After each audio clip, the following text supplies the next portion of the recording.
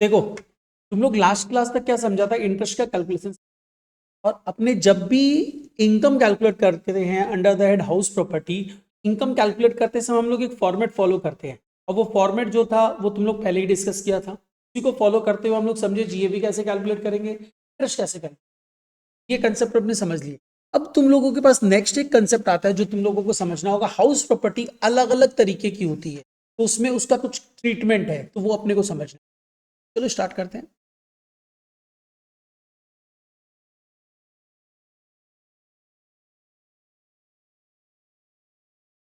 चलो अब स्टार्ट करते हैं। देखो तुम लोग को इंटरेस्ट के कैलकुलेशंस का देख समझना पड़ेगा।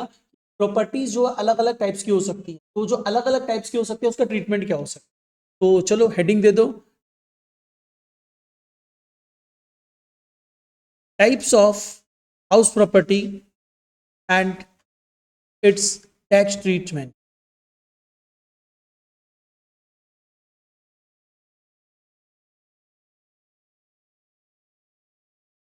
Types of house property and it's tax treatment, हम लोगों को यही समझना है कि इसका टैक्स ट्रीटमेंट क्या होगा अगर हाउस प्रॉपर्टी इस तरीके की होती है तो। देखो हम लोग एचपी को चार पार्ट में डिवाइड किए। एक late out house property, late out मतलब हम किसी को रेंट पे देके रखे हैं। एक हो गया ना किसी को रेंट पे देके नहीं रखे हैं, हम खुद ही यूज करते हैं। और एक क्या है, हम प्रॉपर्टी एरिया वाइज डिवाइड कर रखे हैं या टाइम वाइज डिवीजन करके रखे हैं, partly self occupied partly late out. मतलब एक बिल्डिंग है चार तल्ले की, दो तल्ला हम खुद के रहने के लिए यूज कर रहे हैं, जो first floor and second floor and third floor fourth floor हम लेट आउट करके, ऐसा कुछ हो सकता है। और एक एचपी है मेरा, हम उसको यूज नहीं कर रहे हैं। क्यों नहीं यूज कर रहे हैं, क्योंकि सपोज कल हाउस प्रॉपर्टी मुंबई में है और मेरा जॉब जॉब कोलकाता में है, तो हम कैसे यूज करेगा। हम एक ऑप्शन हम उसको किसी को रेंट पे दे दिया तो लेट आउट में काउंट हो जाएगा। नहीं, यूज ही नहीं हो रहा है, बंद पड़ा है, ताला लगा हुआ है। क्यों, क्योंकि हम यहाँ पे जॉब कर रहे हैं। तो इन सच केस हम किसी को लेट आउट नहीं किया है कि हम कभी जाएंगे तो हम वहां रहेंगे। तो इसका मतलब उस प्रॉपर्टी को क्या ट्रीट करें, वो वाला पार्ट। और एक पार्ट डाल रहा है जो अपने सबको पता है फिर भी हम डालता है। देखो तुम लोग आंसर देना। एचपी यूज्ड, तुम ही लोग आंसर देने का कोशिश करना। HP used for own business और प्रोफेशन। क्या करेंगे, एचपी अगर हम अपने खुद के बिजनेस और प्रोफेशन के लिए यूज करते हैं तो इनकम फ्रॉम हाउस प्रॉपर्टी में आएगा ही नहीं। वो सबसे पहला क्लॉज में था, तुम अपने ओन बिजनेस और प्रोफेशन में यूज नहीं कर सकते हो। तो ये पर्टिकुलर पोर्शन कहाँ चला जाता है, ये तुम्हारा पीजी नहीं, कैपिटल गेन में क्यों जाएगा, हम बेच थोड़ी रहे। बेचेंगे तो कैपिटल गेन होगा। ये तुम्हारा पीजीबीपी जो हेड्स है ना उसके अंदर मूवमेंट चला जाएगा। तो बेसिकली इसको कहाँ ट्रीट करेंगे, profit and gains of business और प्रोफेशन। यहाँ कोई रोल ही नहीं है इसका, ठीक है ना। अब अपने आते हैं, इसका मतलब एक पार्ट हम लोग पहले ही समझ के खत्म कर दिए। एचपी अगर हम अपने खुद के बिजनेस और प्रोफेशन के लिए यूज करेंगे तो वो पीजीपी में भी कंसीडर किया जाएगा। यहाँ पे कोई लॉजिक नहीं है, इसको कोई काम ही नहीं है, ठीक है, इग्नोर कर देना सिंपली। अगर तुमको दिखाई दे कि ये एचपी तुम अपने ओन बिजनेस और प्रोफेशन के लिए यूज कर रहे हो तो हाउस प्रॉपर्टी में उसका कोई कैलकुलेशन नहीं हो, सिंपली इग्नोर कर देना। अब आते हैं नॉर्मली इन चारों चीजों को समझते हैं। पहला पार्ट हम लोग समझने जा रहे हैं कि अगर प्रॉपर्टी लेट आउट है तो हम लोग उसका ट्रीटमेंट क्या करते हैं। एक प्रॉपर्टी अगर लेट आउट है तो इसमें कुछ भी अलग चीज नहीं समझना है, हमने जो फॉर्मेट डिस्कस किया था ना उस फॉर्मेट को फॉलो करेंगे। जीएवी निकालेंगे, म्यूनिसिपल टैक्स लेस करेंगे, एनएवी निकलेगा, स्टैंडर्ड डिडक्शन देंगे, इंटरेस्ट ऑन लोन होगा तो डिडक्ट करेंगे, और इनकम फ्रॉम हाउस प्रॉपर्टी निकालेंगे। मतलब एग्जैक्टली फॉलो गिवन फॉर्मेट और कुछ नहीं करना, ठीक है। तो इसमें तो कुछ है ही नहीं, लेट आउट है, रेंटल इनकम आ रहा है, फॉलो गिवन फॉर्मेट। इसमें कुछ भी नया चीज तुमको नहीं समझना है, सिंपली जो फॉर्मेट दिया है बस उसको फॉलो करते जाना, अपने आप इनकम निकल आएगा, उस इनकम के ऊपर टैक्स देना पड़ेगा। बट अगर तुम्हारी प्रॉपर्टी सेल्फ ऑक्युपाइड प्रॉपर्टी है तो यहां पे तुम्हारे पास कुछ सोचना पड़ जाए। तो ये देखना पड़ेगा तुम्हारी सेल्फ ऑक्युपाइड प्रॉपर्टी है कितनी। तो अगर सेल्फ ऑक्युपाइड तुम्हारे पास प्रॉपर्टी है, बहुत सारी है, बोलता है दो प्रॉपर्टी को तुम सेल्फ ऑक्युपाइड मान सकते हो। ये सपोज के लिए भूमि का एक सेल्फ ऑक्युपाइड प्रॉपर्टी है और वो उसको यूज करती है, सेल्फ ऑक्युपाइड प्रॉपर्टी है। सेल्फ ऑक्युपाइड प्रॉपर्टी से इनकम आता है क्या, नहीं ना। तो ये बोलता है जब इनकम आती ही नहीं है तो इनकम का कंप्यूटेशन क्यों करोगे।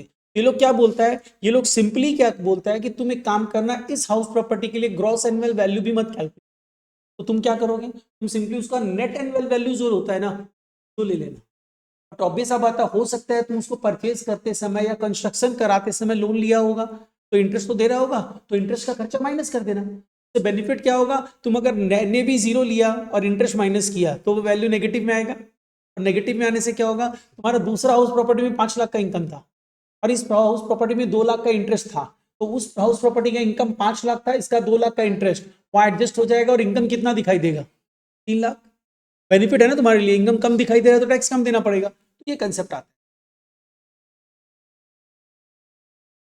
नहीं, जो एक हाउस प्रॉपर्टी है तुम्हारा, उसको तुम रेंट पे दे के रखा था, रेंट आ रहा है तो उससे तुम्हारा इनकम जनरेट हुआ 5 लाख का, और दूसरा हाउस प्रॉपर्टी जो है वो तुम अपने लिए रख के रखा था, उसके ऊपर इंटरेस्ट था 2 लाख का, तो उसका एनए भी नील लेना है, तो एनए भी नील लेगा तो वो तो जीरो ही है, भी माइनस करेगा तो वैल्यू नेगेटिव रह जाएगा, तो नेगेटिव है 2 लाख और वहां 5 लाख का इनकम, अगर ये नेगेटिव 2 लाख नहीं होता तो तुमको 5 लाख का इनकम लेना पड़ता, ये नेगेटिव 2 लाख है तो कितने का इनकम लेना पड़ेगा, 3 लाख का, तुम्हारा इनकम कम दिखाना, ये पार्ट है। तो इसमें अपने आ जाओ, इसमें हम लोग 2 पार्ट फर्दर डिवाइड करेंगे।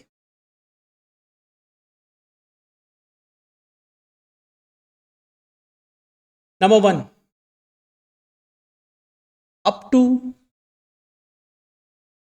2 self occupied house property.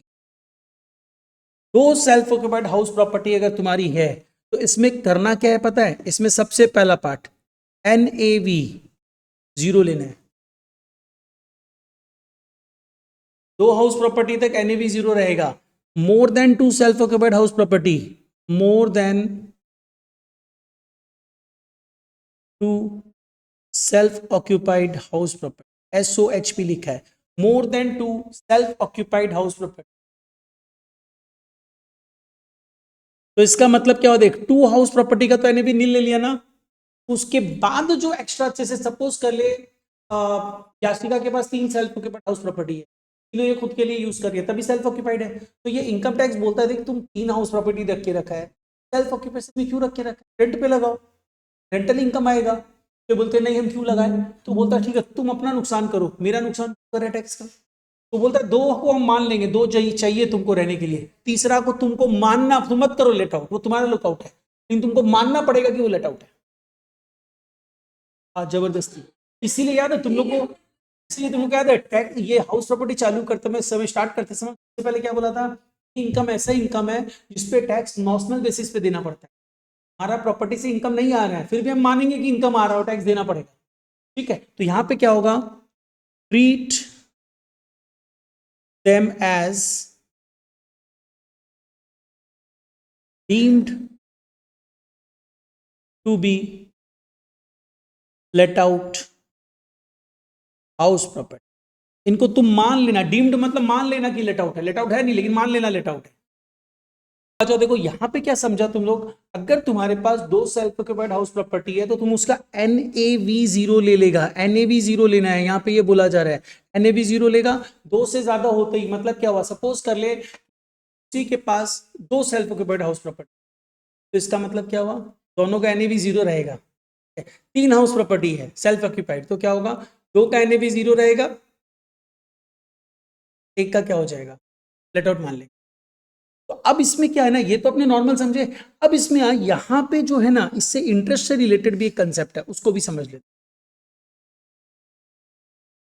Partly कैसे हो गया, तेरा हाउस प्रॉपर्टी है, नहीं नहीं नहीं, पार्टली का मतलब बताता है क्या होता है, देखो उसके लिए तेरा ये पूरा एक बिल्डिंग है, बगल में एक और बिल्डिंग है, 2 अलग अलग बिल्डिंग है, तो दोनों को तुम अपने सेल्फ ऑक्यूपेशन, दैट इज 2 अलग अलग बिल्डिंग है, ठीक है। अगर एक बिल्डिंग जो है उसी में तुम क्या किया, सपोज के लिए 4 फ्लोर का बिल्डिंग है, तो तुम क्या किया, एक फ्लोर क्या किया सेल्फ ऑक्यूपेशन में रख लिया, बाद बाकी तुम लेट आउट कर दी, तो इसको बोला जाएगा partly self occupied partly late, property एक होना चाहिए, प्रॉपर्टी एक होना चाहिए, तो partly self occupied partly let out होगा। अच्छा कैलकुलेशन जैसे एरिया वाइज डिवाइड कर देंगे, वो एरिया वाइज भी हो सकता है, टाइम वाइज भी हो सकता है, वो अपने डिस्कस करेंगे। एरिया वाइज मतलब क्या हुआ, जो अभी हम बताया वो एरिया वाइज था, 25% तुम पोर्शन सपोज करो सेल्फ ऑक्यूपेशन में और 75% लेट आउट है। एक क्या होता है टाइम वाइज हो सकता है, टाइम वाइज मतलब क्या हुआ, हम सपोज के लिए 3 महीना यूज किया खुद के लिए, बाद बाकी 9 मंथ्स लेट आउट कर दिया, वो भी हो सकता है। अच्छा अब इसमें क्या होता है ना, सेल्फ ऑक्यूपाइड प्रॉपर्टी में इंटरेस्ट का deduction subject to certain limit दिया जाता है, पूरा इंटरेस्ट डिडक्शन नहीं मिलेगा, जैसे लेट आउट प्रॉपर्टी है तो उसमें तुम इंटरेस्ट, अगर सपोज करो इंटरेस्ट तेरा 8 लाख आता है, 25 लाख आता है, इंटरेस्ट का बात कर रहा सिर्फ, वो इंटरेस्ट पूरा डिडक्ट होगा। लेकिन अगर सेल्फ ऑक्यूपाइड हाउस प्रॉपर्टी है ना, तो इंटरेस्ट का एक लिमिट दिया गया है, क्योंकि ये तो तुमको बेनिफिट दे रहा है ना, तो इस पर एक लिमिट दिया गया, मैक्सिमम इतना ही इंटरेस्ट डिडक्ट होगा, उससे ज्यादा नहीं। ठीक है, वो कितना है समझ लो, और दोनों को मिला के ध्यान रखना, बेनिफिट इसलिए है ना। हाँ, तो तुम ये बोलता है कि देखो कंट्री में, तुम कंट्री में लैंड तो लिमिटेड है, अब लिमिटेड लैंड है उसमें तुम प्रॉपर्टी बना के रख लिया, प्रॉपर्टी बना एकदम सही बात, तुम रहेगा वो भी सही बात, लेकिन तुम कितने हाउस प्रॉपर्टी में रहो, तो ठीक है, तो वो बोलता है ठीक है रखो कोई दिक्कत नहीं है, लेकिन बस उसके बाद मेरा रेवेन्यू का नुकसान क्यों कर रहे हो, तो हमको टैक्स देना पड़ेगा। फिर अगेन हम वही बोलेगा, अगर तो तुमको तेरे को खराब लग रहा है ना तो फिर जाके वहां पे बैठो। अभी जैसे कल कितना गड़बड़ की, तो उसी के चलते तो मार्केट गिर गया पूरा। अच्छा तो कुछ नहीं की, बजट नॉर्मल से कुछ नहीं, अरे वो सबसे कोई मतलब नहीं, मार्केट के लिए तो कुछ गड़बड़ नॉर्मल नहीं। वैसे बजट ना वैसे ठीक था, मतलब ओवरऑल इंडिया के बेसिस पे, डेवलपमेंट बेसिस पे देखे तो ठीक बजट है। वो कितना वो लोग यूज करेगा कैपिटल एक्सपेंडिचर वो अलग अलग बात है, लेकिन अदरवाइज ठीक है। मार्केट के हिसाब से देखिएगा तो खराब बजट। ये लोग क्या कर रहे हैं ना, गवर्नमेंट चाहता है कि मार्केट में लोग क्या करते हैं आजकल, क्या है ना, जैसे कोई भी, जैसे तुम लोग के एज का बच्चा लोग भी क्या कर रहा है ना, तो ये फॉर मतलब ये क्या बोलते हैं, एफएनओ ट्रेडिंग बोलते हैं, फ्यूचर एंड ऑप्शन, वो कर रहे हैं तो वो लोग को नॉलेज तो ज्यादा होता नहीं है, लॉस करता है। सेबी क्या करता है, डिस्क्लोजर भी देता है, हर 10 में 9 लोग लॉस करते हैं। जैसे ही तुम कोई भी ऐप खोलेगा ना ट्रेडिंग का, उसमें सीधा डिस्क्लोजर आता है। लेकिन बेसिकली लोग इसके लिए क्या, ये लोग जो निर्मला सीतारमन है, वो इन्हीं सब चीज के लिए बीच में बहुत सारा चेंजेस करवाई थी, ये भी कर दी, एसटीटी बढ़ा दी। इन लोगों का लॉजिक है कि लोगों के ऊपर ज्यादा कॉस्ट डालेंगे तो वो लोग क्या करेगा, ट्रेडिंग कम करेगा। बेवकूफी, ऐसा कुछ नहीं, उससे उन लोग का रेवेन्यू बढ़ेगा, गवर्नमेंट का रेवेन्यू बढ़ेगा। एक बात बता, तो सपोज करो नशेड़ी है, एडिक्टेड है, तो फर्क नहीं पड़ता है, वो तो करेगा ही करेगा, उससे फर्क नहीं पड़ता। अगर उसको वैसे एक्चुअली में चीज के चेंज करना है ना, तो क्या करना चाहिए कि अगर तुमको ट्रेडिंग करना है खुशी, तो एक काम करो, तो जब कोई भी ट्रेडिंग के लिए तुमको अल्टीमेटली किसी न किसी ब्रोकर के अंडर में रजिस्टर कराना पड़ेगा। पहले वहां पे तुमको 3 महीने का पूरा ट्रेनिंग लेना पड़ेगा, ऑनलाइन लो ऑफलाइन लो जो भी लो। उसके बाद तुमको एग्जाम देना पड़ेगा, एग्जाम देने के बाद भी तुमको 2 महीने तक मॉक ट्रेडिंग करना पड़ेगा। जब तुम अच्छे से कर पाओगे तब तुमको अलाउ करेंगे, ना करो, नहीं होता ऐसा कुछ, तुम अपने, वो तेरे ऊपर वॉलेंट्री है, बट कंपलसरी कर दो, कंपलसरी कर दो, करना पड़ेगा, ऐसा कुछ। अरे बंदे, बहुतों का कल नुकसान हुआ है एक झटके में, जैसी एसटीटी बोला मार्केट झटके से गिरा पूरा। चलो, अब अपने आते हैं, वो लेकिन अच्छा था, हम लोग वैसे उसमें बेनिफिट ले लिया, लेकिन ऐसे गलत था, लोगों का बहुतों का नुकसान हुआ। नहीं, बजट अच्छा है, मार्केट के लिए खराब था, अभी तो मार्केट बहुत बुरी तरह क्रैश किया। अच्छा देखो, अब इसमें आ जाओ, छोड़ो हम लोग इसको समझते हैं। Sir self occupied house property है, इंटरेस्ट का डिडक्शन, बोलेगा बेनिफिट कैसे है, बेनिफिट अब इसमें मत जाना मेरा हाउस प्रॉपर्टी है उसमें इनकम मान रही है, ये लोग बोलते हैं सेल्फ ऑक्यूपाइड हाउस प्रॉपर्टी है, तो सेल्फ ऑक्यूपाइड हाउस प्रॉपर्टी में इनकम तो हो नहीं रहा है, ऐसा तो हो सकता है। तो तुम एक काम करो, इंटरेस्ट अगर तुम पे कर रहे हो ना, तो उसको तुम खर्चा मान लो, इनकम जीरो, खर्चा है कुछ, तो अल्टीमेटली क्या हो, तो नेगेटिव में रहेगा, लॉस रहेगा, और लॉस दूसरे प्रॉफिट से कम होगा, दूसरे प्रॉफिट को कम करेगा ना। एक जगह 6 लाख का प्रॉफिट है, एक जगह 2 लाख का लॉस है, अगर हम बोले दोनों को कंबाइंड करो तो 6 लाख माइनस 2 लाख 4 लाख हो जाएगा। तो तेरा जो लॉस हुआ वो तो हुआ ही है, इनकम जो हुआ वो तो हुआ ही है, बट तुम्हारा इनकम हम देखेंगे कितना, 4 लाख, 6 लाख नहीं देखेंगे हम, तुमसे टैक्स भी कितना मांगेंगे, 4 लाख के ऊपर ही मांगेंगे, बस ये डिफरेंस आ जाए। तो एक तरह से बेनिफिट है तुम्हारे लिए। यहाँ पे ये बोलता है सेल्फ गिव्ड हाउस प्रॉपर्टी जो है उसका एनएवी पहले तो जीरो ले लेना, मतलब जीएवी कैलकुलेशन करने का झंझट में ही मत जाना। अब उसके बाद वो बोलता है कि इसके बाद तुम इंटरेस्ट का जो रिडक्शन लोगे ना, उसमें एक लिमिट है, जो भी सेल्फ ऑक्यूपाइड हाउस प्रॉपर्टी है उसका एनएवी जीरो लेंगे। अब 2 से ज्यादा होगा तो 2 तक जीरो, उसके ऊपर को लेट आउट मानेंगे, लेट आउट मानेंगे मतलब लेट आउट वाला ट्रीटमेंट करेंगे। अब इसमें इंटरेस्ट का कैलकुलेशन समझ लो,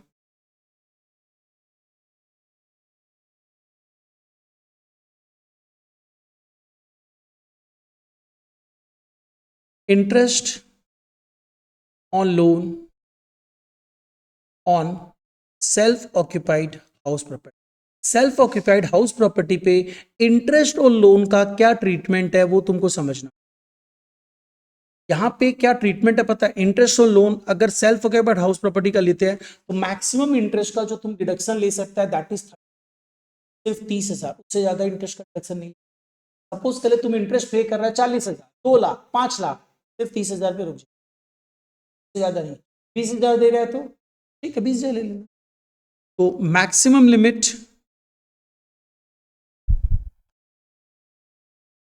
₹30,000। हाउएवर हम लोग इस लिमिट को एक्सटेंड कर सकते हैं।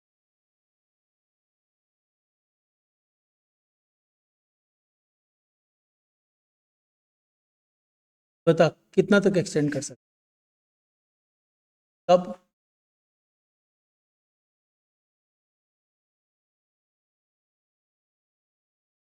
ऑन और आफ्टर 1499 अगर तुम लोन लिया है और भी कुछ और भी कंडीशन। देखो मैक्सिमम लिमिट 30,000 है। इफ हाँ वो भी 5 साल। हाँ हाँ। If following conditions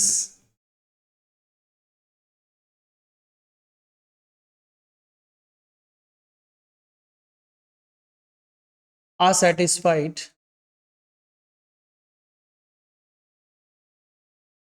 then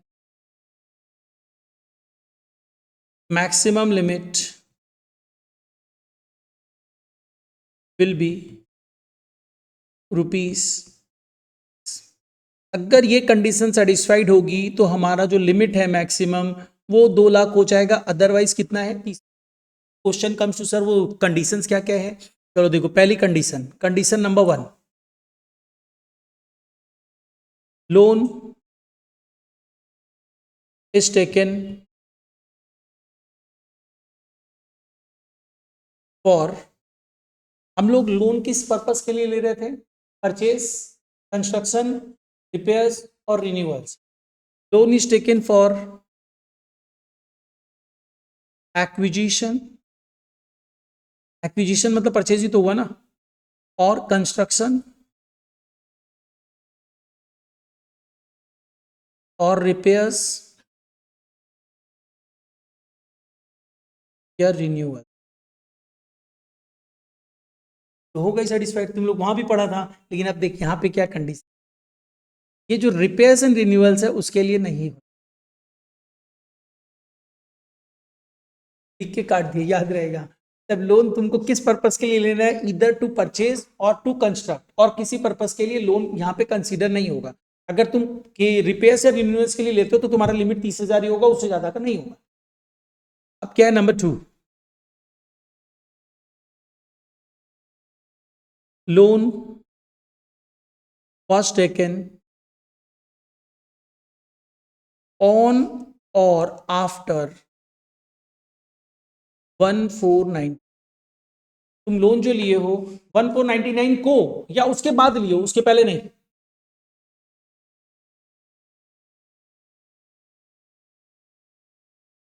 Such construction or acquisition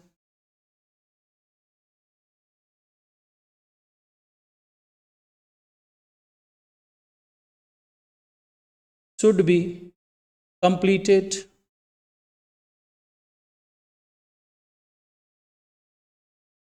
within 5 years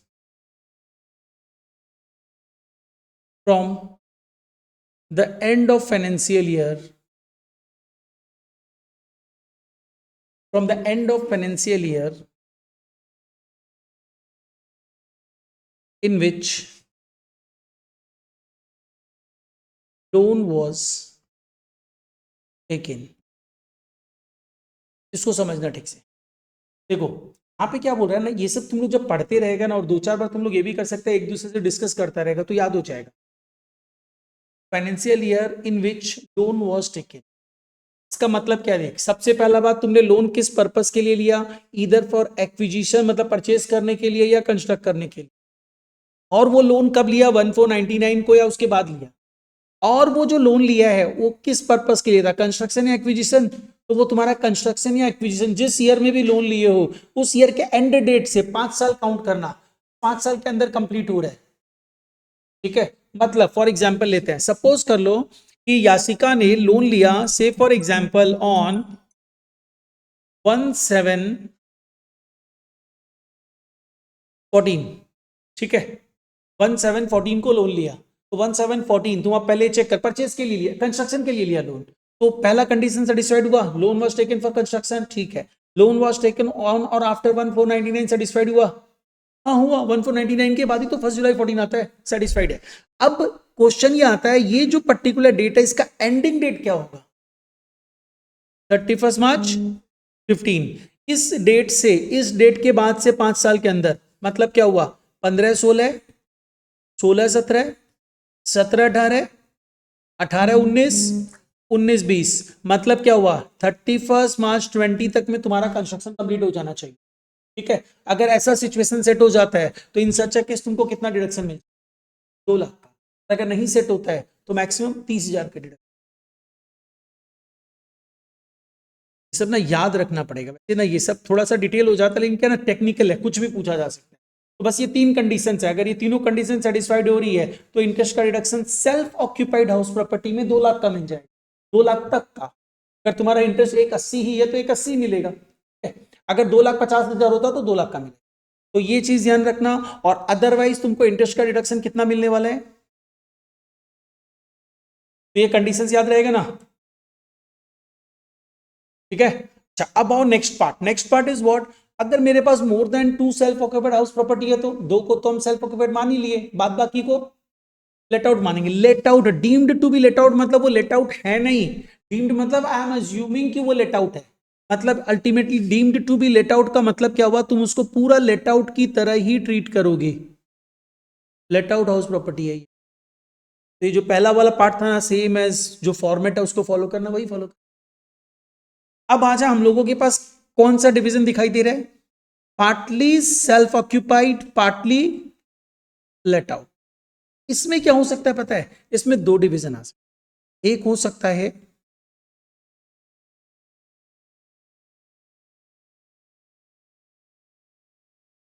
area wise division, एक हो सकता है टाइम वाइज डिवीजन।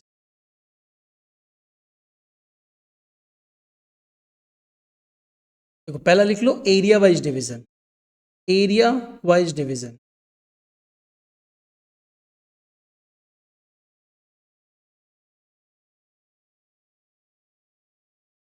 और एक होगा time wise division.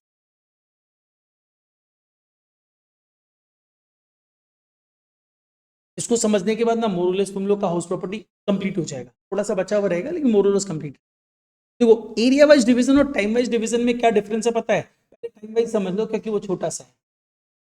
Time wise में क्या होता है ना, ये लोग बोलता है कि तुम अगर लेट आउट करते हो या सेल्फ ऑक्यूपेशन में यूज, तुम बेसिस सपोज कर ले, तुम क्या किया ना, टाइम वाइज डिवीजन में क्या होगा, टाइम वाइज डिवीजन में तुम 2 महीना सेल्फ ऑक्यूपाइड किया, 9 मंथ सेल्फ लेट आउट किया, 1 महीना सेल्फ ऑक्यूपाइड किया, 11 मंथ लेट आउट किया, या 11 मंथ सेल्फ ऑक्यूपाइड किया, 1 मंथ लेट आउट किया। बोला क्या, इतना सारा प्रॉपर्टीज, इतने सारे लोग, हम किस किस का कैलकुलेशन, वो 1 महीना, वो 2 महीना, वो 15 दिन, वो 20 दिन, बोलता है इसको fully let out, deemed to be let out, treat it as fully let out house property. तो इसको क्या ले लेंगे टाइम वाइज डिवीजन में, treat it as fully let out house property, treat, तुम कर सकते हो, ये सब तो लॉ मेकर्स के ऊपर डिपेंड करता है। वो देख हमेशा सिंपली सोच, अगर तुम बिजनेस पॉइंट से सोचेगा तो तुम ऑलवेज क्या चाहे, तेरा बेनिफिट ज्यादा, तेरा बेनिफिट ज्यादा हो तो किस, अल्टीमेटली गवर्नमेंट भी क्या कर रहा है, इतना बड़ा कंट्री चला रहा है तो गवर्नमेंट भी क्या करता है, तुम लोग फाइनल अकाउंट्स पढ़ता है ना, फाइनल अकाउंट्स में क्या था कि अपने को दिखता था रिसिप्ट्स और पेमेंट्स, रिसिप्ट्स में capital receipts, capital payments, revenue receipt, revenue payments, तो गवर्नमेंट भी तो यही करता है, बजट तो यही रहता है। बजट में क्या करते हैं लोग, जो बजट जैसे जो एक फर्स्ट फैब को जो बजट आता है वो खाली एक्सपेंडिचर एक्सपेंडिचर बताता है, एक्सपेंडिचर क्या, कैपिटल एक्सपेंडिचर, कैपिटल एक्सपेंडिचर क्या होता है, डिफेंस के लिए ये खरीदेंगे, यहाँ पे डैम्स बनाएंगे, यहाँ पे ब्रिज बनाएंगे, यहाँ पे रेलवे कॉरिडोर्स बनाएंगे, वो कैपिटल एक्सपेंडिचर। रेवेन्यू एक्सपेंडिचर्स क्या हुआ, हम लोग डिफेंस को बढ़ावा, ये जो से सपोज कर ले हम लोग जो भी डिफेंस इंप्लॉइज है उन लोग का सैलरी हाइक कर देंगे, ये कर देंगे, वो सब क्या रेवेन्यू एक्सपेंडिचर्स। पैसा कहाँ से आएगा, पैसा कैपिटल रिसिप्ट या रेवेन्यू रिसिप्ट, वो अभी नहीं डिसाइड होता है, अभी कमिटी बनता है, बहुत सारा प्रोसेस है, बजट कंप्लीट नहीं होता है अभी, ऑपोजिशन कुछ अपोज करेगा, कमिटी बनेगा, बहुत सारा झमेला होता है, अब डिसाइड बाद में जाके होता है, पैसा आएगा कहाँ से। कैपिटल रिसिप्ट क्या होता है पता है, जैसे क्या करता है गवर्नमेंट, बहुत सारा तुम लोग देखा पब्लिक सेक्टर अंडरटेकिंग को प्राइवेटाइज कर देता है, इसका मतलब क्या हुआ, डिसइन्वेस्टमेंट, बेच देता है, अपना कंपनी बेच दिया, गवर्नमेंट कंपनी बेच दिया, उसको कैपिटल रिसिप्ट है, वो पैसा आ गया। और अब इसके अलावा क्या है, रेवेन्यू रिसिप्ट क्या है, जो तुमसे टैक्स कलेक्ट करेंगे वो क्या है, वो सब बाद में डिसाइड हो। अच्छा अब अपने आओ यहां पे treat it as let out house property. अब एरिया वाइज डिवीजन में क्या होगा, इसमें ये बोलता है देख,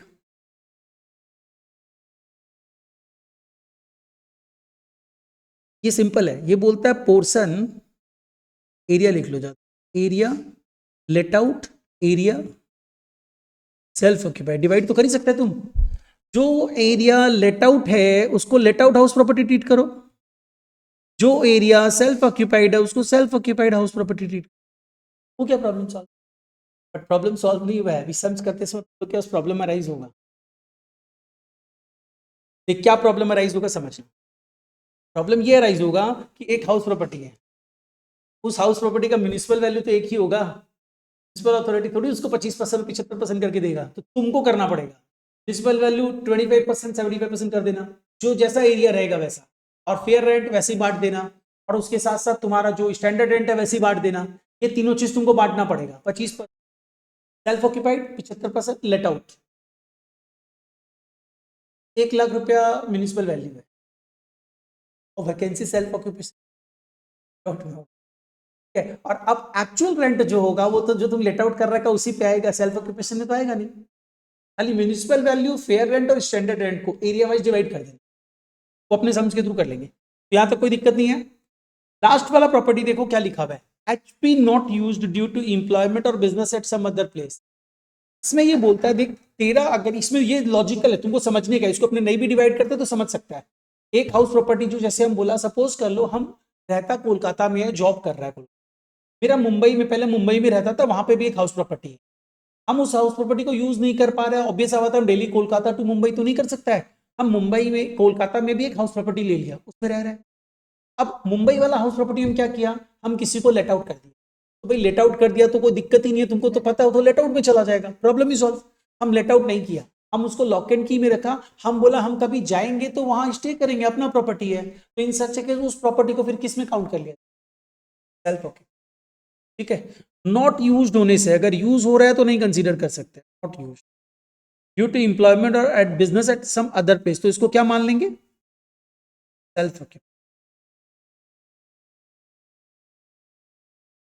वो तो पूरा में काउंट करना पड़ेगा, दो से ज्यादा नहीं हो सकती, इसी में नहीं, ये अपने सेल्फ ऑक्यूपाइड के लिए समझे थे ना, अब पूरा पे अप्लाई हो रहा है, सपोज कर ले यहाँ पे तेरे पास ऑलरेडी 2 सेल्फ ऑक्यूपाइड है, यहाँ पे भी एरिया वाइज में भी एक सेल्फ ऑक्यूपाइड है, ये भी एक सेल्फ ऑक्यूपाइड है, तो 4 सेल्फ ऑक्यूपाइड हो गया,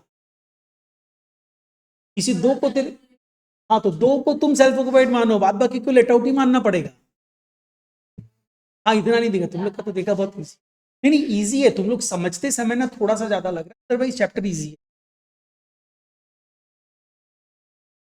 हो गया यहाँ तक समझ में आया, अब चलो हम लोग एक काम करते हैं, यहाँ तक जो समझे हैं ना, उसके बाद नेक्स्ट पार्ट में एक छोटा सा चीज और समझते हैं, फिर आगे मूव ऑन करते हैं, नोट्स, कॉम्पोजिट रेंट, चल खुशी बता कॉम्पोजिट रेंट होता क्या है।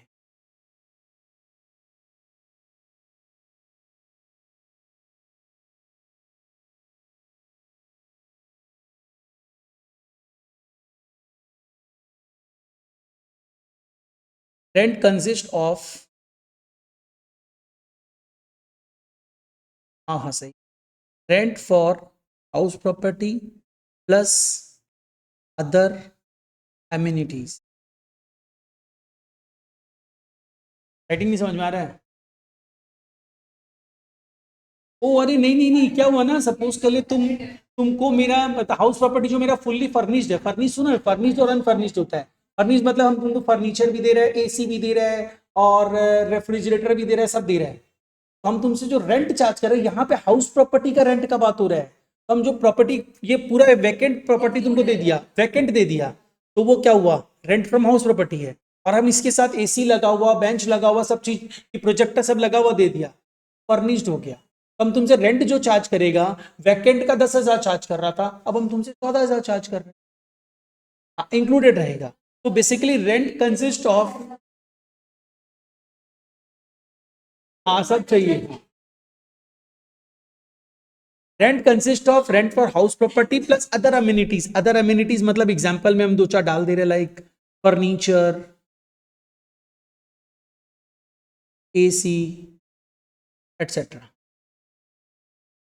तो देख यहां पे इनकम टैक्स डिपार्टमेंट क्या बोलता है, इनकम टैक्स डिपार्टमेंट बोलता है कि ये जो रेंट है, तुम ये चेक करो कि सेपरेबल है कि नहीं है। मतलब सपोज कर ले मेरे पास यासिका आती है, बोलती है सर ये प्रॉपर्टी रेंट पे ले, तो हम बोला ठीक है मैडम, इसका रेंट 40,000 है इंक्लूसिव ऑफ ऑल। तो बोले नहीं मेरे को ये सब नहीं चाहिए, एसी उसी, मेरे को खाली बस जो अनफर्निश्ड ही चाहिए। तो हम बोला नहीं नहीं, हम लोग देते ही नहीं देंगे। तो इसका मतलब क्या हुआ, rent of house property plus other amenities are inseparable.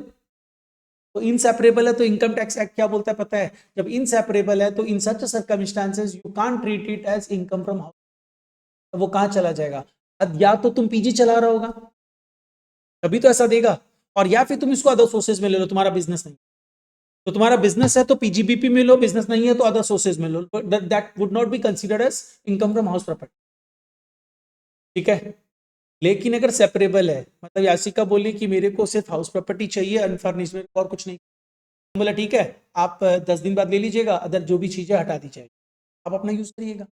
तो आपका उसका रेंट लगेगा 10,000, अब सबके साथ लेते हो तो 14,000 है। तो इन सच केस क्या हुआ, ये बोली नहीं मेरे को साथ में ही दे दीजिए, तो अब क्या होगा, सेपरेबल था ना, ये एग्री करेगा, that is a different issue, separable तो था। तो अब इन सच सर्कमस्टांसेस क्या होगा, 10,000 रुपया इनकम फ्रॉम हाउस प्रॉपर्टी में आएगा, और 4,000 रुपया इनकम फ्रॉम अदर सोर्सेज या पीजीबीपी में चला जाए। ठीक है, इसमें दो डिवीजन में हो, पहला if rent is separable, writing सब,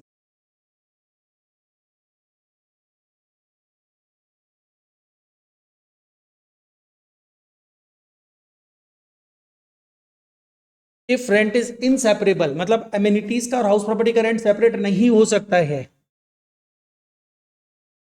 तो rent received is taken as, या तो तुम उसको पीजीबीपी मानोगे या फिर तुम उसको आईएफओएस मानोगे। आईएफओएस मतलब इनकम फ्रॉम अदर सोर्सेज, और अगर सेपरेबल है तब तो कोई प्रॉब्लम ही नहीं है। तो हम लोग क्या करेंगे, रेंट फ्रॉम हाउस प्रॉपर्टी और रेंट फ्रॉम एमिनिटीज। तो rent from house property income from house property हो जाएगा, इनकम फ्रॉम हाउस प्रॉपर्टी और अदर एमिनिटीज क्या हो जाएगा, इधर पीजीबीपी और आईएफओएस। ठीक है,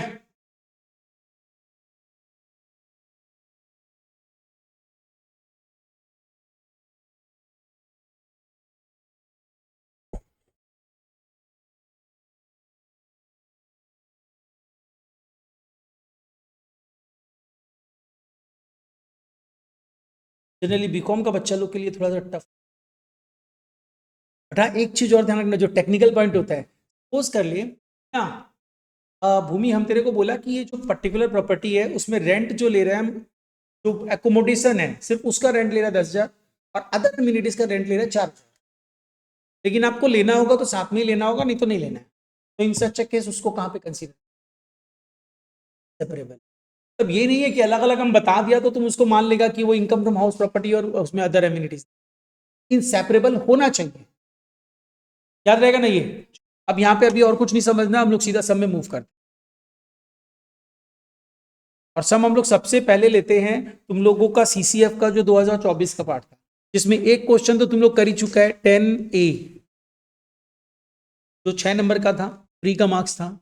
अब ग्रुप सी में आ जाता है। ग्रुप सी में तुम लोगों के पास 3 क्वेश्चन देता है 15 नंबर ईच का। उसमें एक हाउस प्रॉपर्टी का क्वेश्चन ऑलवेज रहेगा। कैपिटल गेन थोड़ा छोटा है तो उसका नहीं रहेगा, 200 से छोटा है तो उसका नहीं रहेगा, वो 10 मार्क्स में रहेगा। यहाँ पे 3 चैप्टर है, सैलरी, पीजीबीपी, हाउस प्रॉपर्टी। उसमें से तुम लोग को कोई 2 करना रहेगा। चलो इसमें आ जाओ। क्वेश्चन नंबर 12 पढ़ते हैं क्या दिया गया फॉर 15 मार्क्स।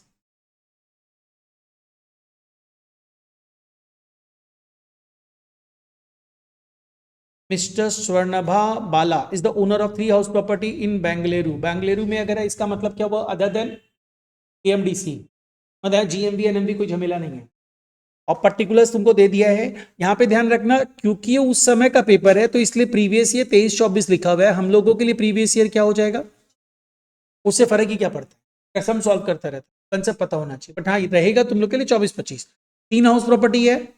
देखो क्या दिया हुआ है, date of completion of construction दिया हुआ है, ठीक है। हाउ यूज्ड, टेनेंट्स के बिजनेस के लिए यूज हो रहा है। मेरे को मतलब है क्या, टेनेंट का यूज इमटेरियल है, पहले क्लास में अपने डिस्कस किए थे, मतलब ये लेट आउट प्रॉपर्टी है। टेनेंट्स रेसिडेंस, मेरे को क्या मतलब है, लेट आउट प्रॉपर्टी है। Own residence, self occupied. Only single property is self occupied, तो सेल्फ ऑक्यूपाइड ही है, कोई झंझट ही नहीं है।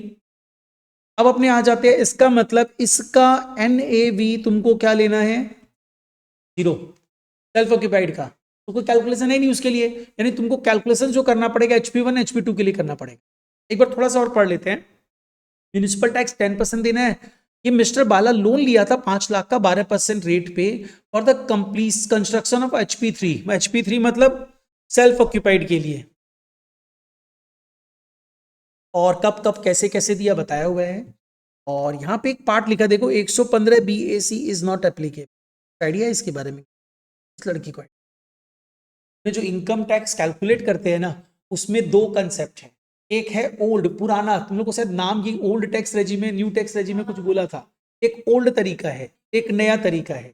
ओल्ड तरीके में डिडक्शंस मिलता है, नए तरीके में डिडक्शंस नहीं मिलता, लेकिन पहले से ही इनकम तुम्हारा एग्जम्प्टेड रहता है, ठीक है। तो जो नया तरीका है वो 115 BAC सेक्शन में है, तो बोला वो अप्लीकेबल नहीं है। अभी इनकम कैलकुलेट करते समय उसका काम भी नहीं, वो टैक्स कैलकुलेशन में, तो इससे कंफ्यूज मत होना।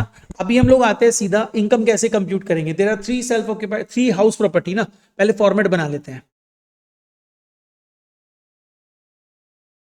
ईयर 2024,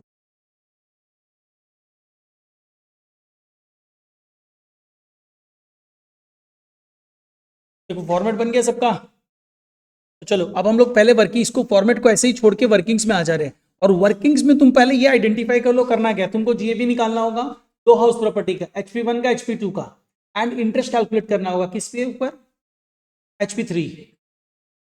कैलकुलेट करते हैं।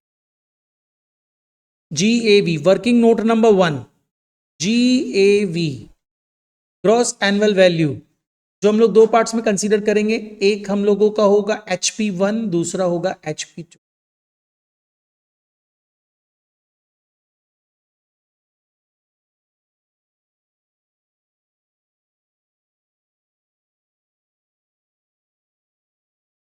म्यूनिसिपल वैल्यू, म्यूनिसिपल वैल्यू बोलो, ग्रॉस म्यूनिसिपल वैल्यू बोलो, नेट म्यूनिसिपल वैल्यू बोलो, सेम है। तो बस सिंपली कॉपी करते हैं 1,45,000 and 1,45,000 and 1,50,000। Then fair rent, fair rent हम लोगों को गिवन है 1,44,000, 2,20,000। इसमें जो भी ज्यादा है उसको कंसीडर करेंगे 1,45,000 एंड 2,20,000। एंड कंपैरिजन करेंगे स्टैंडर्ड रेंट से। स्टैंडर्ड रेंट 1,47,000, कितना, 2,50,000। इसमें हम लोग ले लेंगे whichever is lower, 1,45,000 and 2,20,000, and this will be termed as RER, देखो जब हम लोग आरईआर कैलकुलेशन समझ रहे थे थोड़ा ज्यादा लग रहा था, करते समय तो इजी लग रहा है ना आरईआर। अब इसके बाद आ जाते हैं नेक्स्ट पार्ट इज एआरआर चाहिए, एआरआर।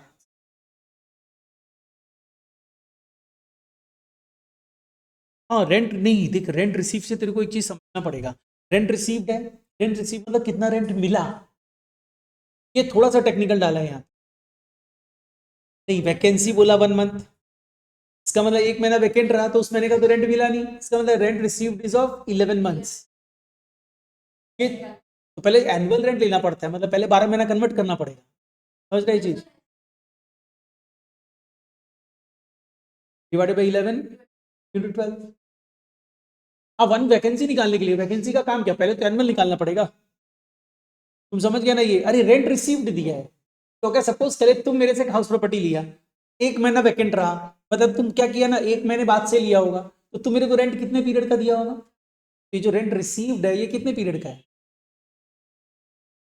तो 11 महीने है। तेरे को जब रेंट लेना रहता है तो यहाँ पे तो चलो अनरियलाइज रेंट नहीं है, तुम डायरेक्ट भी ले सकता है, अनरियलाइज रेंट होता तो लेना पड़ेगा ना, तो हम बोलना चाहता है ऑलवेज प्रोसेस ही वही फॉलो करो। तो हम लोग सबसे पहले लेंगे एनुअल रेंट, और एनुअल रेंट मतलब 12 महीने का रेंट होता है, तो आप सबसे पहले एनुअल रेंट लोगे। तो एनुअल रेंट कैसे लोगे, जो भी रेंट दिया हुआ है वो रेंट रिसीव्ड है, तो रेंट रिसीव्ड है तो इसको कन्वर्ट करो, रेंट रिसीव्ड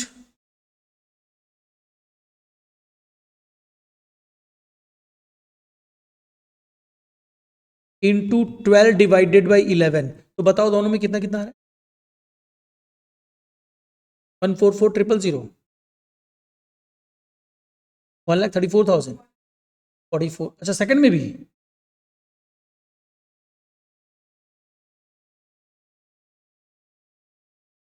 3 lakhs।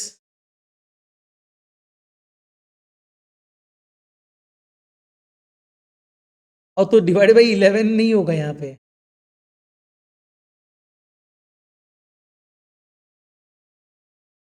ये तुम लोग कैलकुलेशंस में देख लेना। अब इसमें क्या करेंगे,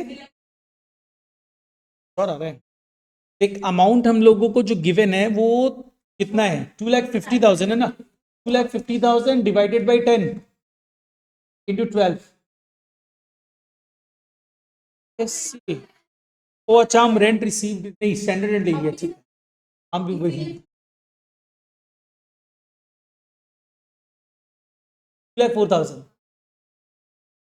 अरे हम भी स्टैंडर्ड रेंट ले लिया और ये भी स्टैंडर्ड रेंट ले ली थी, एग्जाम में भी ऐसा गलती होता है। उस समय क्या करना ना, थोड़ा बहुत तो हॉल कलेक्शन से कम आंसर चेक हो जाए, वो भी नहीं होगा। अरे दूसरा भी तेरे साथ खुशी बैठी रहेगी तो उससे तो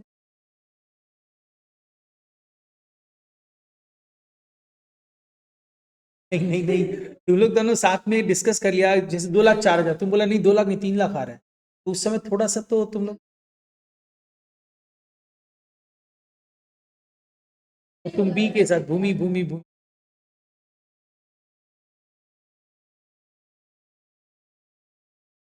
तुम लोग को बताना पड़ेगा उन लोग, अनरियलाइज रेंट तो है ही नहीं। एक अनरियलाइज रेंट नहीं था ना, आप थोड़ा स्मार्टली रिएक्ट कर सकते हैं, अनरियलाइज रेंट नहीं था ना तो तुम डायरेक्टली ले सकता था जो गिवन है उसे, लेकिन इसको कैलकुलेट करने के पीछे अब क्या होगा ना, तुमको यहाँ से कंपेयर करना पड़ेगा। ARR is lower due to vacancy, ये पहले से ही लोअर है, कोई दिक्कत नहीं है। यहाँ पे ARR is lower due to vacancy, नहीं पहले से ही लोअर है, यहाँ पे कोई स्पेशल क्लॉज नहीं आ रहा है, ठीक है। यहाँ पे आप वैकेंसी लेस कर दो, लेस वैकेंसी,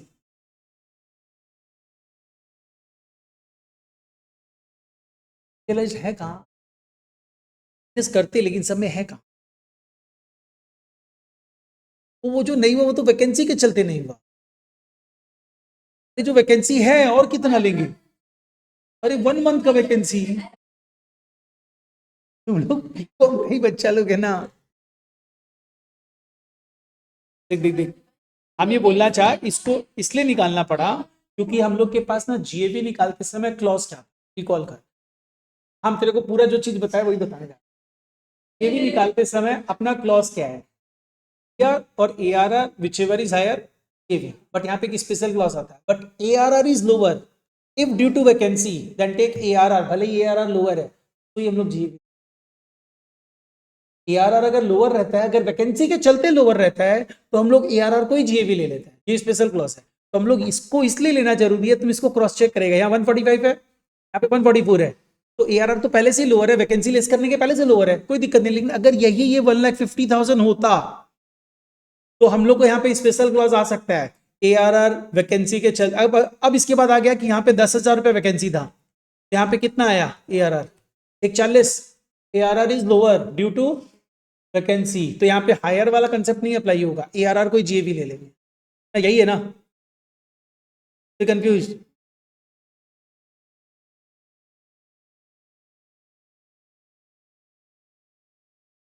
यहाँ पे वो वाला क्लॉज नहीं आएगा कि ARR is lower due to vacancy.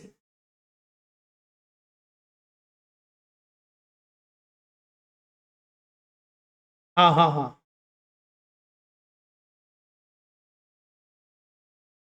नहीं वैकेंट मतलब यूज ही नहीं हुआ, रेंट नहीं मिला। वैक अब माइनस कर रहे हैं ना, तो पहले लिख के अब माइनस करेंगे। एनुअल रेंट पहले 12 महीने का निकाल दिए, तो इससे कंपैरिजन हो गया, अब वैकेंसी लेस कर दे रहे हैं।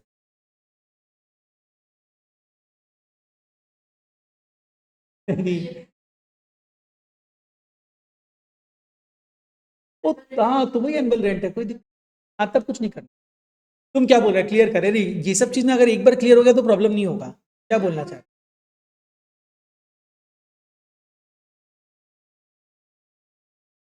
क्योंकि रेंट रिसीव मतलब तुमको इतना पैसा मिला, वैकेंसी एक महीना है, तो ऑब्वियस बात है एक महीना वैकेंट बंद पड़ा रहा, तो बंद पड़ा रहा तो उसका रेंट तो नहीं मिला होगा। ओ नहीं नहीं, ये रुक जा, अनरियलाइज अलग होता है और वैकेंसी अलग होता है। वैकेंसी मतलब वो तुम्हारा बंद पड़ा रहा, तो बंद पड़ा रहा तो उसको माइनस तो कर ही देंगे। अपने क्या करते थे, याद कर process, annual rent minus unrealise rent minus vacancy, less तो करते ही है तीनों को। वैकेंसी ऑलवेज लेस होता है, अनरियलाइज में अगर टेनेंसी बोनाफाइड हो तभी लेस होता है, अदरवाइज नहीं होता। लेस तो कर ही रहे हैं, अभी भी लेस करेगा, हम लेस कर रहे हैं देख। ओ वो समझाने के। अच्छा अब आ जाओ लेस वैकेंसी। अब मेरे को बताओ वैकेंसी कितने मंथ्स का है? अरे तो वो पूछना क्या है, वो तो तुम कल अभी।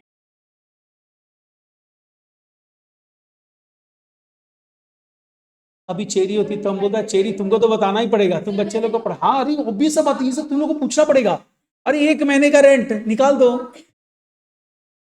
1,44,000 डिवाइडेड बाई 12 × 1, 12,000। और दूसरे के केस में क्या होगा, 2,04,000 डिवाइडेड बाई 12 × 2, बिफोर आ रहा है ना।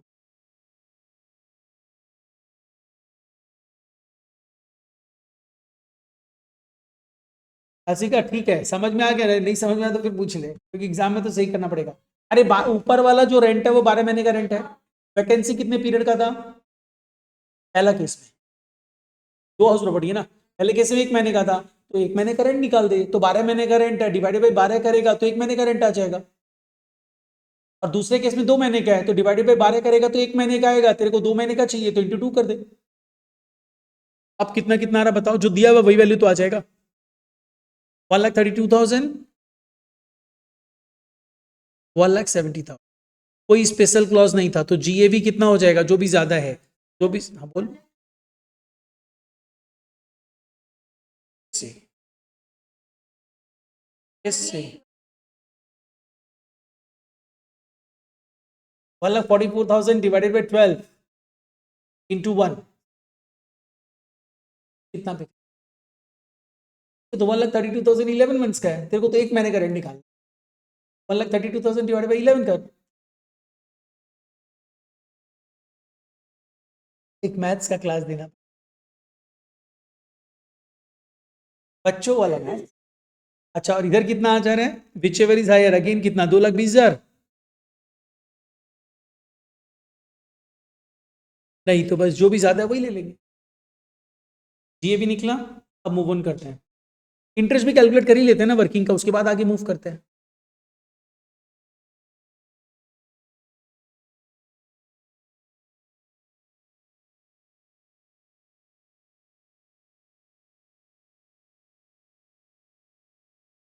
अब इंटरेस्ट कैलकुलेट करके दो, ये एक बार तुम लोग अपने आप ट्राई करो, तो लास्ट क्लास में बहुत अच्छे से इंटरेस्ट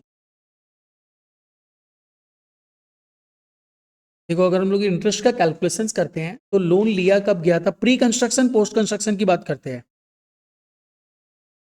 लोन लिया गया था construction of the house property 3, amount लिया गया था 1 जून 18 को। लोन कंस्ट्रक्शन कब स्टार्ट हुआ नहीं पता, तुम क्या मान लेगा, जिस दिन लोन लिया उसी दिन स्टार्ट हुआ। प्री कंस्ट्रक्शन पीरियड इंटरेस्ट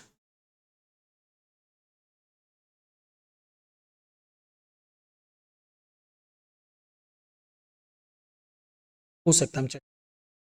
सबसे पहले अपने आ जाते हैं कितना पीरियड लेंगे, तो period will start from 1 June 2018 and ends on, construction complete पहले हो गया था तो 5 अप्रैल 21 को कंप्लीट हुआ था, तो हम लोग 31 मार्च 21 तक का इंटरेस्ट निकालेंगे। तो 31 मार्च 21 इसका इंटरेस्ट कितना होना चाहिए, लोन का अमाउंट था 5 लाख, 5 लाख के ऊपर 12%, कितने पीरियड के लिए, 34 मंथ्स।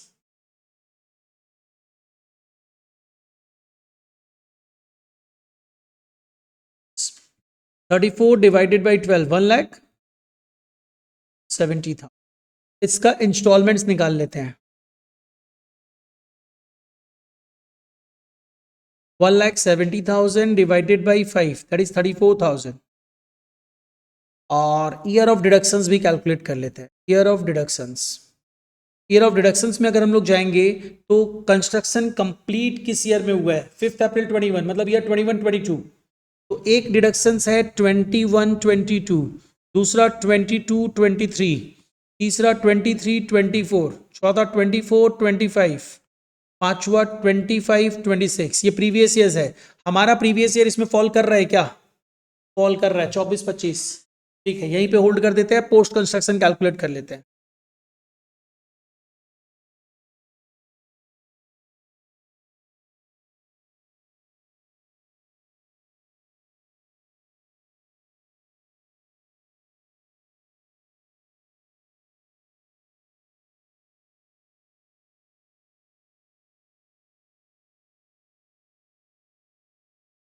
अरे पोस्ट कंस्ट्रक्शन में आ जाए, पोस्ट कंस्ट्रक्शन पीरियड इंटरेस्ट।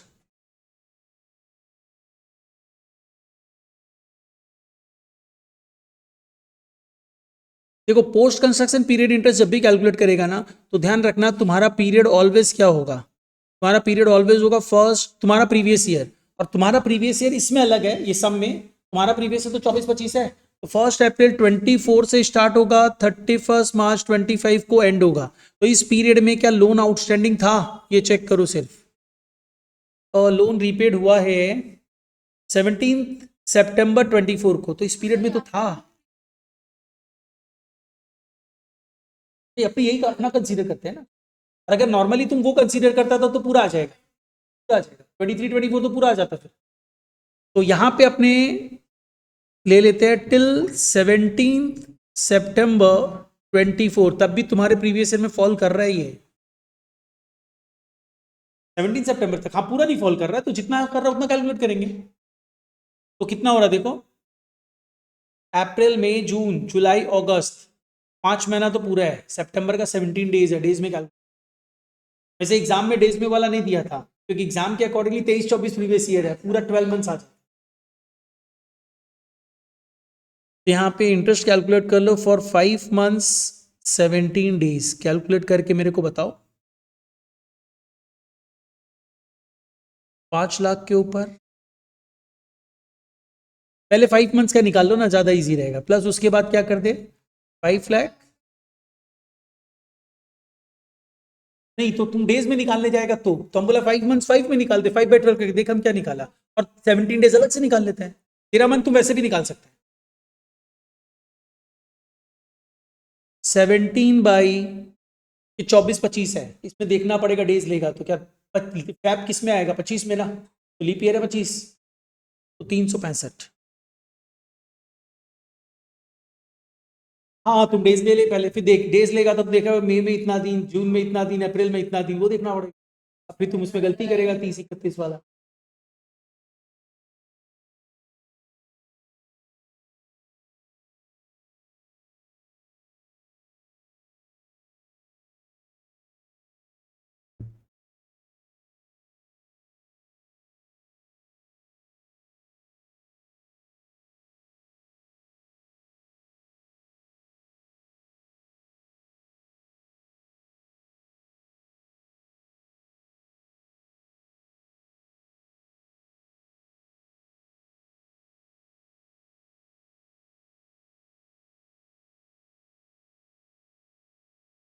27,795।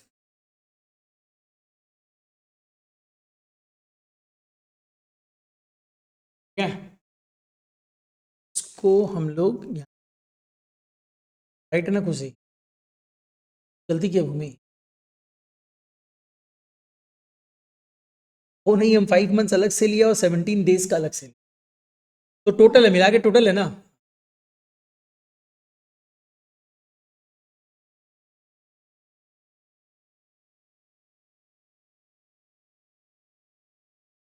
अच्छे स्टूडेंट।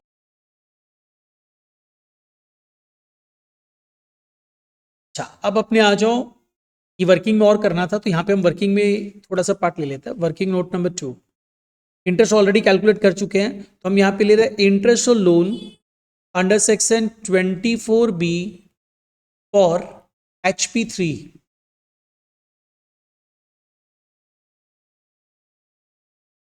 तो देखिए यहाँ पे अपने लेंगे प्री, पूरा लिखना, प्री कंस्ट्रक्शन पीरियड इंटरेस्ट, जो हम लोगों का कितना कैलकुलेट हुआ था 34,000,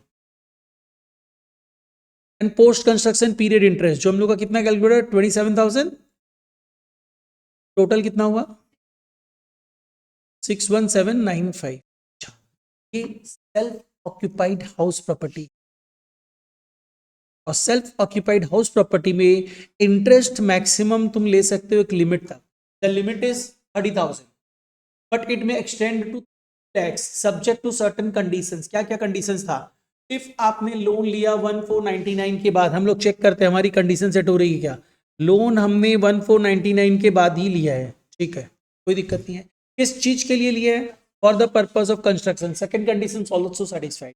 थर्ड कंडीशन, जब तुम लोन लिए वो डेट था 1 जून 2018, इसका एंडिंग डेट था 31 मार्च 19, मतलब 1 अप्रैल 19 से 31 मार्च 20, मतलब 1 अप्रैल 19 से मतलब 1920 एक साल, 2021 दूसरा साल, 21-22 तीसरा साल, 22-23 चौथा साल, 23-24 पांचवा साल, उसके अंदर में कंप्लीट होना चाहिए, उसके पहले तो कंप्लीट हुआ 5 साल के अंदर ही तो हो गया, नहीं 5 अप्रैल को कंप्लीट, 5 वो लोन रिपेड हुआ, लोन रिपेड के बाद में कंस्ट्रक्शन कंप्लीट होना चाहिए, तो कंस्ट्रक्शन तो 5 साल के अंदर कंप्लीट हो गया, लोन तुम कभी भी पे कर, कोई फर्क नहीं पड़ता है। तो इसका मतलब ऑल कंडीशंस आर सेटिस्फाइड, तो मैक्सिमम इंटरेस्ट का लिमिट कितना है, पूरा ले लेंगे, subject to maximum limit of ₹2 lakhs, तो interest on loan allowed is ₹6179। हाँ, 15 नंबर ऐसे थोड़ी मिलेगा,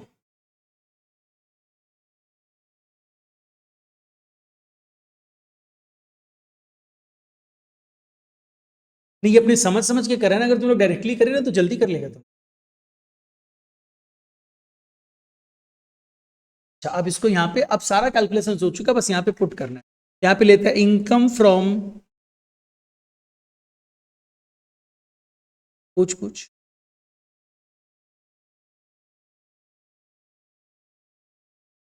लोन जिस ईयर में लिए उसके एंडिंग डेट से काउंट कर, तो लोन तुम लिया 1 अप्रैल 18, फर्स्ट जो भी 18 को लिया, तो 31 मार्च 19 लास्ट डेट है, उसके बाद से काउंट करेगा 1920 2021।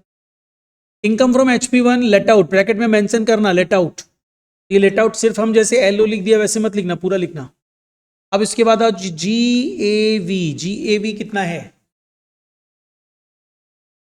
1,45,000, सेकेंड डिटेल्स कॉलम में डाले, उसमें से लेस करेंगे municipal tax at the rate कितना परसेंट है 10%। कौन पेड किया नहीं बोला है, बस इतना ही बोला है, और कुछ आउटस्टैंडिंग वगैरह है क्या, कहीं ऊपर में बताया है, नहीं बताया है। तो municipal tax at the rate 10%, ये किस पे निकलेगा, इस 1,45,000 पे। हाँ, वैसे वो 1,45,000 जो हम लोग लिखे उस पर नहीं निकल रहा है, म्यूनिसिपल वैल्यू पे निकल रहा है, तो सेम है कोइंसिडेंट। तो 1,45,000 का 10% 14,500, इसको लेस करो, हम लोगों को NAV मिलेगा, इट्स 130,500। इससे हम लोग लेस करेंगे डिडक्शंस अंडर सेक्शन 24, पहला डिडक्शन होगा standard deduction under section 24A, एकदम सिंपल है, इसका 30%, 39,150। दूसरा पार्ट है इंटरेस्ट और लोन, जो नहीं है, तुम चाहो तो छोड़ सकता था, तो लिख दिया, तुम चाहो तो इसको लिखना ही मत क्योंकि है ही नहीं है, तो 39,150।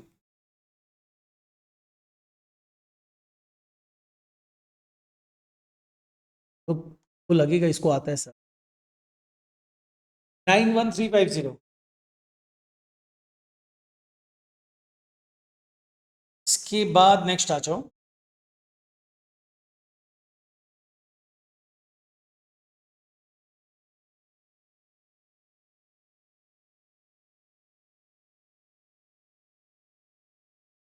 नेक्स्ट अपने इनकम फ्रॉम HP2 में आ रहे हैं।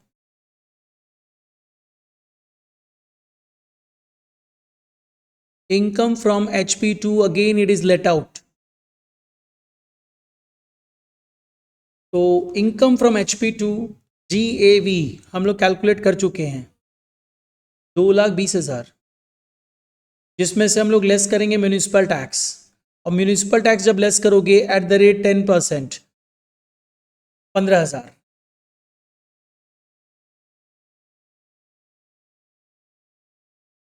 मतलब 5, दिस इज NAV। अब इसमें से हम लोग लेस कर देंगे डिडक्शंस अंडर सेक्शन 24। पहला डिडक्शन से तुम्हारा standard deduction under section 24A 61500, interest on loan under section 24B नहीं है, हाँ है, 3 में है, क्या?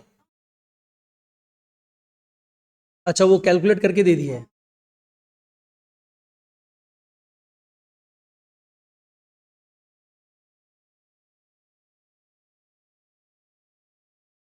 $141,500। तुम बोला इजी में,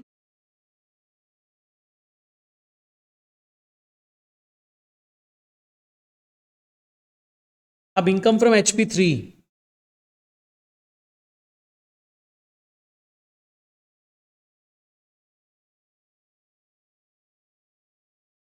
ब्रैकेट में लिख देना सेल्फ ऑक्यूपाइड,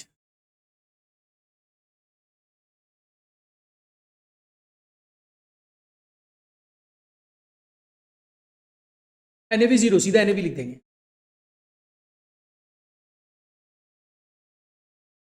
NAV 0, GAV से लिखना ही नहीं है, मतलब NAV डैश दे देंगे, सिंस NAV 0 है तो स्टैंडर्ड तो मिलेगा ही नहीं। डिडक्शंस अंडर सेक्शन 24, तो स्टैंडर्ड डिडक्शन तो लिखेंगे ही नहीं, सिर्फ इंटरेस्ट और लोन लिखेंगे, लिख दे, कोई दिक्कत नहीं है, और डैश कर देना। कितना इंटरेस्ट निकला था? 61,795।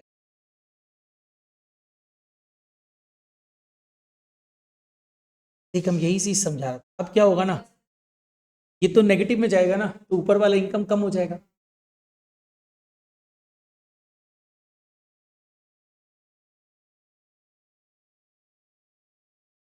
This is your income from house property.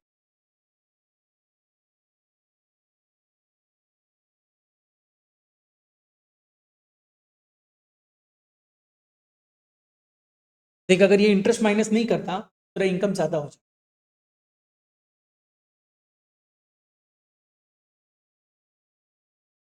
तो ऐसा सम पूछता है। हाँ इजी है एक्चुअली, जो समझता है ना एग्जाम में भी हो जाए, एकदम हो सकता है, इसलिए तो इंटरेस्ट तुम लोग को पूरा एक क्लास लेके इंटरेस्ट समझाया।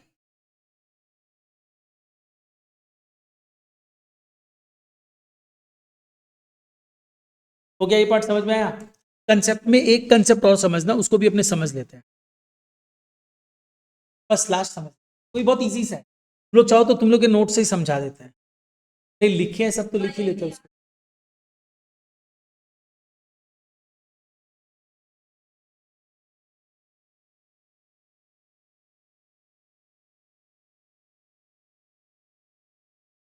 देख समझना इसमें हम लोग क्या समझ रहे हैं, रिकवरी ऑफ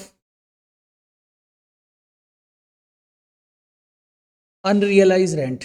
एक अनरियलाइज रेंट एग्जैक्टली क्या था पता है? तुम लोग अकाउंट्स में जो टर्म बैड डेट पढ़ता था वही तो था, टेनेंट यूज किया जगह और रेंट भी नहीं दिया, बैड डेट। तो बैड डेट हम लोग क्या कर रहे थे, हम लोग ARR निकालते समय लेस कर दे रहे थे। मतलब इनकम टैक्स क्या बोला, तुम एक काम करो, ये जो रेंट है तुमको मिला नहीं है, तुम मेरे को इसके ऊपर इनकम भी मत मानो, टैक्स मत देना, माइनस करवा दे रहा था।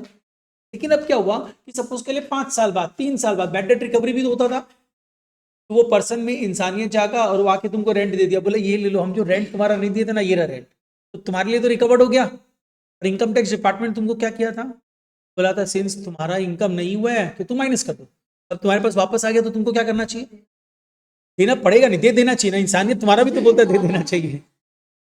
तो दे, और वैसे तो इनकम टैक्स डिपार्टमेंट तो बोलेगा देना पड़ेगा। देखो डिपार्टमेंट जो इनकम टैक्स एक्ट है ना, लॉ है ना, वो बोलता है यू मे मतलब क्या हुआ, तुम कर भी सकता नहीं भी कर सकते, इंग्लिश लैंग्वेज तो यही बोलता है, बट यहाँ पे यू मे मतलब डायरेक्टिव लैंग्वेज है, यू मे मतलब करना पड़ेगा तुमको। तो बेसिकली क्या हुआ, अनरियलाइज रेंट जब रिकवर होता है तो उसको इनकम मानना है, और इनकम मान के क्या करना है, ऐड करना है। लेकिन एक चीज सोच, अगर तुम इनकम मानता तो तुम उसमें 30% स्टैंडर्ड डिडक्शन तो लेता। अभी तो इनकम नहीं माना था तो 30% एचडी भी नहीं लिया था, तो जब इनकम मानेगा तो 30% एचडी करके लेगा ना। तो सिंपल सा ट्रीटमेंट करना, जो भी रिकवरी ऑफ अनरियलाइज रेंट होगा तो 70% ही कंसिडर, 30% माइनस करके। अरे तुम पहले 100% कंसिडर करेगा, उसमें 30% माइनस करेगा, इसे सीधा सीधी 70% ही लेना। तो बेसिकली क्या हुआ, ये होता है अंडर सेक्शन 25 में, amount received 70%, 70% of amount received. हम बस समझाने के लिए तुम लोग को बता दिया 30% स्टैंडर्ड एक्शन दिया जाएगा तो 70%, 70% of amount received is treated as income from house property in the year of receipt। But एक कंडीशन ध्यान रखना,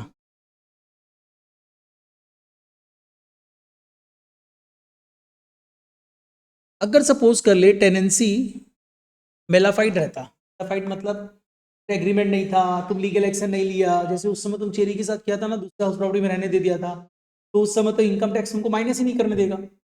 समय जो अमाउंट बाद में आ जाके चेरी तुमको पैसा दे दी, तो तुम क्या उसको वापस से इनकम मानेगा, तब नहीं मानेगा। Only if earlier allowed as deduction, earlier allowed as deduction था तो भी इसको इनकम मानना, अदरवाइज मत मानना, तभी मानना, नहीं तो मत मानना। तो सब में लिखा रहता है ये चीज, only if it was earlier allowed.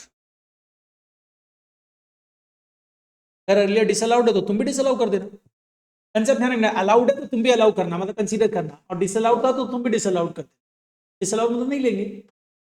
ये तो हुआ तुम्हारा 25 का। अब एक और नोट्स है,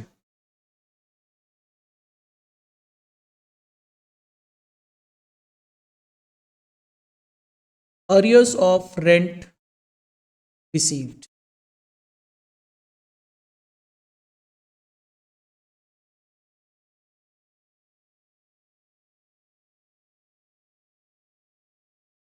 अरियर्स ऑफ रेंट रिसीव क्या होता है पता? अरियर्स का मतलब क्या होता है?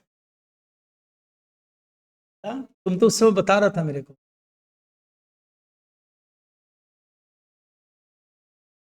ये सेक्शन 25A में है।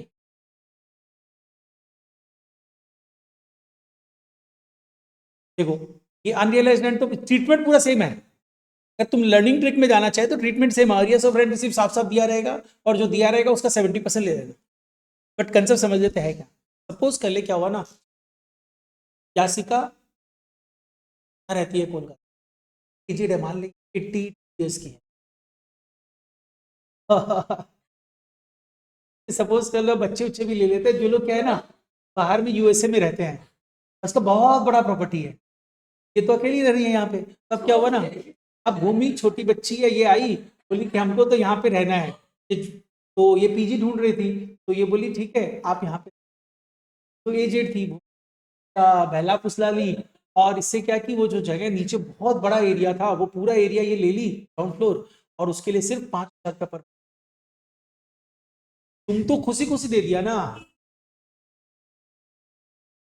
दे दिया तुम 5,000 पर मंथ की रेंट पे, तो अब ये यूज कर रही है 4 साल से। अब क्या हुआ, 5th ईयर में इसके मतलब बच्चे लोग आए, बोले अरे दादी माँ ये क्या की तुम, इसका रेंट 50,000 रुपये पर मंथ होता है, तुम 5,000 पर मंथ में कैसे दे दी। और फिर भूमि से भी लड़ाई झगड़ा ये लोग किया, तो भूमि बोली हम क्या करें, एग्रीमेंट है, आपकी दादी ने मेरे साथ एग्रीमेंट की थी।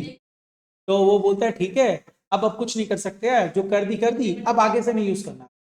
तो बोली क्यों, हाँ ऑब्वियस बात था, फेयर रेंट से कितना कम दे रहे हो, तो आप नहीं यूज कर सकते। ये बोली नहीं एग्रीमेंट किया और मेरा तो 10 साल का, हम तो यूज करेंगे। तो वो क्या किया, वो लीगल नोटिस उसको भिजवा दिया, क्योंकि फेयर रेंट से बहुत कम था, 50,000 रुपये पर मंथ रेंट होता, 5,000 पर मंथ था, और इसका लीगल नोटिस आ गया कि आप या तो पिछले 4 साल से रेंट 15,000 पर मंथ करके दो, जो आप 5,000 ही दिए, 10,000 और बढ़ा के दो, पिछले 4 साल से बहुत कम ही ले रहे, अभी 50,000 की जगह 15,000 ही मांग रहे हैं।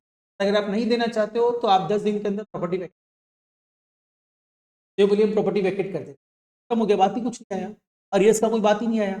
लेकिन अगर ये बोलते ठीक हम दे देंगे, और ये थोड़ा निगोशिएट करते, बोले हम तो स्टूडेंट है, इतना पेमेंट करेंगे, आप 4 साल की 2 साल कर, तो लीगल नोटिस आया, तो ये थोड़ा सा निगोशिएट की, बोली काम 4 साल नहीं 2 साल कर, वो बोला ठीक है 2 साल, तो 2 साल का रेंट कितना हुआ, ये दी 10,000 इंटू 12 इंटू 2, मतलब 2,40,000 दी। This is termed as arrears of rent. पिछले रेट्रोस्पेक्टिव इफेक्ट से रेंट इंक्रीज करके लेना is known as arrears of rent. ये जो रेंट मिलेगा, अगर पहले मिल जाता तो 30% टैक्स मिलता, अभी मिल रहा है, तो अभी इनकम मानो, और कितना इनकम मानेंगे, 70% लेस करके, 30% लेस करके। यहाँ पे लिख लो, इसमें भी क्या करना है, अमाउंट रिसीव्ड, इसमें तो कोई झंझट ही नहीं है, simply amount received 70% of amount received is treated as income from house property in the year of receipt.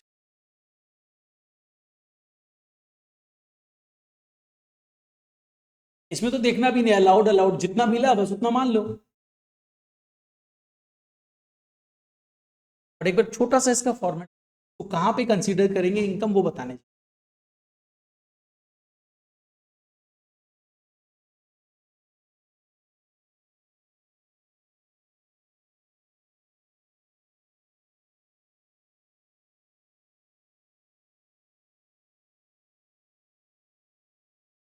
Last में होगा।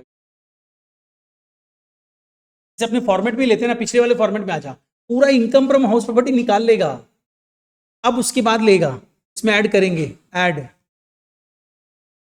रिकवरी ऑफ अनरियलाइज रेंट और एक अरियर्स ऑफ रेंट रिसीव्ड,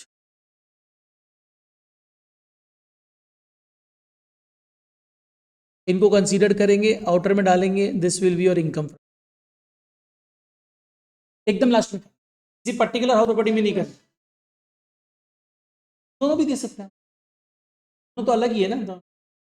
और अगर ये लिख दे HP1 का है, तो भी HP1 में मत ऐड करना, लास्ट में जाके ऐड करना।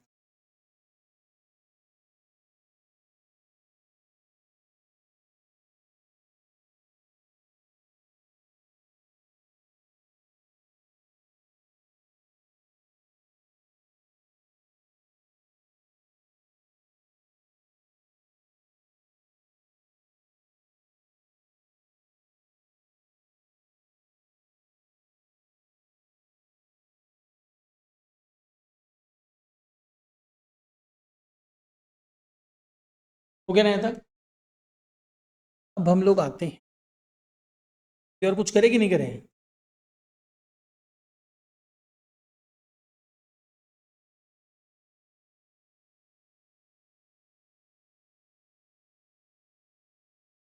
अच्छा ठीक है, देखते हैं, वो तो मेरे को लगता है इजी टाइप का है, तो वो होमवर्क दे, बट ना पढ़ना तो पड़ेगा, हम लोग के टाइम बहुत कम है, बता देना। चलो एक सम कर, इस सम में आ जाओ, ये तुम लोगों का कौन से ईयर का सम है?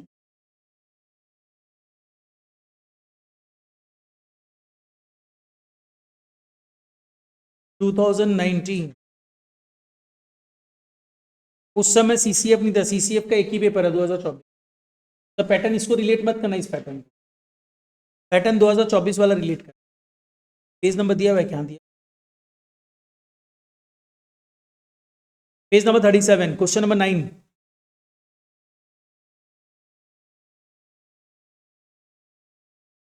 देख क्या दिया हुआ है, ये जो मिस्टर सरजू है is the owner of 2 houses in Kolkata. Kolkata में हाउस, ध्यान रखना। फ्रॉम द गिवन इन्फो, हम लोग ऑलवेज ध्यान रखना, हम लोग ऑलवेज जो कंसीडर करेंगे हमारा प्रीवियस ईयर क्या होगा, 24-25, 25-26। यहाँ पे बोल रहा है 2 हाउस प्रॉपर्टी ना, HP1 HP2। यहाँ पे देख क्या दिया हुआ है, HP1 के लिए बोल रहा है let out to an employee of the business which is necessary for the purpose of business. इसका मतलब आएगा ही नहीं, यहाँ पे पीजीपीपी में चला, बिजनेस के लिए नेसेसरी था तो तुम अपने बिजनेस के लिए यूज कर रहा है। इसका मतलब this should not be considered as income from house property, अपना चला जाएगा पीजीबीपी में। नहीं, तुम इसको सिंपली छोड़ देना, नीचे तो छोटा सा नोट लिख देना, because the house property is necessary to be used for the purpose of business, so it should be considered. अच्छा अब आओ, एच बी लेना है, लेकिन अब इसमें देख HP बी में थोड़ा सा कॉम्प्लिकेशन डाल दिया।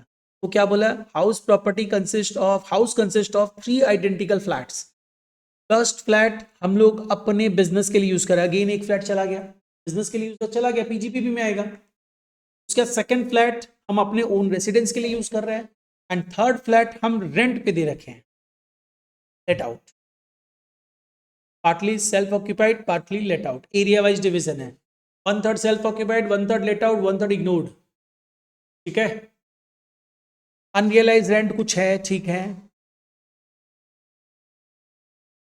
अच्छा ये अनरियलाइज रेंट में ना हम लोग यहाँ पे थोड़ा सा ना ईयर का चेंज कर लेते हैं, ये ईयर्स हम लोग चेंज कर रहे हैं, ये 1920 लिखा है ना, हमारे लिए असेसमेंट ईयर 25-26 हो जाएगा, तो previous year 24-25, assessment year 25-26, previous year 24-25, और यहाँ पे प्रीवियस ईयर 24-25 हो।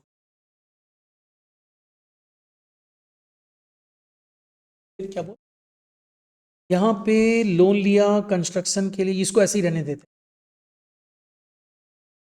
अब देखो यहाँ पे अपने पास अगर हम लोग कंप्यूटेशंस करते हैं तो हमारे पास 2 हाउस प्रॉपर्टी है, एक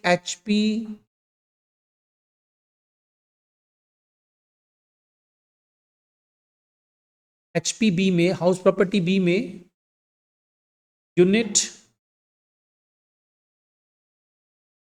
सेकंड फ्लैट ना, यूनिट 2, एचपी बी का यूनिट 3, इनका जीएवी कैलकुलेट करना पड़ेगा, नहीं करना, एक का करना, एक का करना, मतलब यूनिट 3 का करना है सिर्फ। चलो हम जीएवी कैलकुलेशन सिखा रहे हैं, जीएवी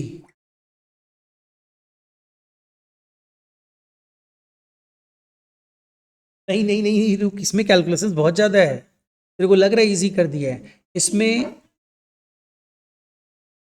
सेकंड, यूनिट 3 है ना, तो इसमें देख सबसे पहले हम लोग को क्या लेना पड़ता है, म्यूनिसिपल वैल्यू। म्यूनिसिपल वैल्यू कैसे लेंगे,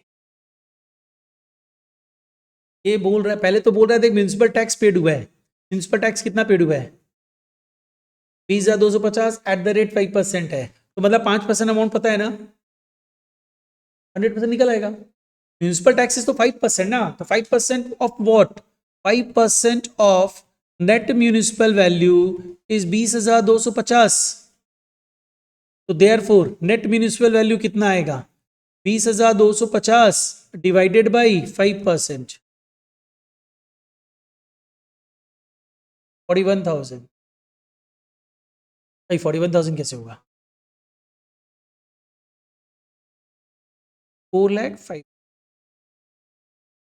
हो गया ये, अभी भी ये नहीं है कि प्रॉपर्टी सिचुएटेड इन कोलकाता, इसीलिए हमने एनएमवी लिखा था, और जीएवी कैलकुलेशन के लिए हाँ ये 90% है, तो 100% में कन्वर्ट करना पड़ेगा। ये सब टेक्निकल पार्ट डाला है, हम लोग को लग रहा है छोटा सा कर दिया, तो GMV लेना पड़ेगा विच इज 4,05,000 डिवाइडेड बाई 90%।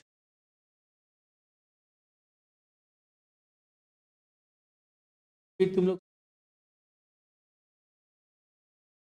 तो क्या हम पूरा 4,50,000 ले ले?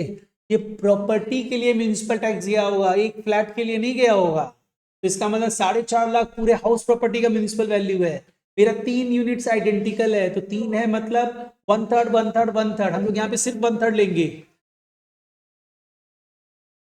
1,50,000। सोचो एग्जाम में ये सब चीज को याद रहना चाहिए। अब आओ नेक्स्ट पार्ट।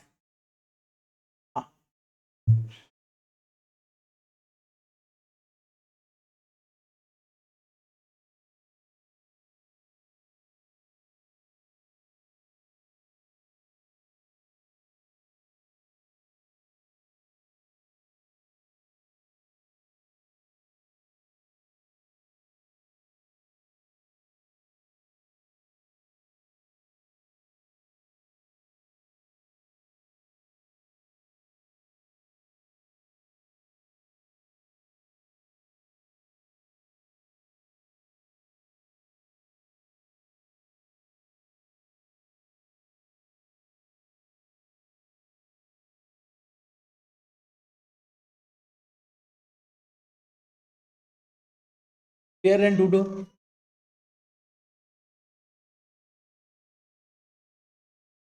फेयर रेंट दिया भाई क्या? कहाँ दिया हुआ? हाँ, तो जो रेंट होगा उसको फेयर रेंट मान सकते हैं। तो the flat is let out at a monthly rent of 15,000। तो ये तो हम लोग एक ही फ्लैट का ले लेंगे ना, दूसरे का दरकार क्या है? 10,000 इंटू 12 कितना हो गया? 1,80,000।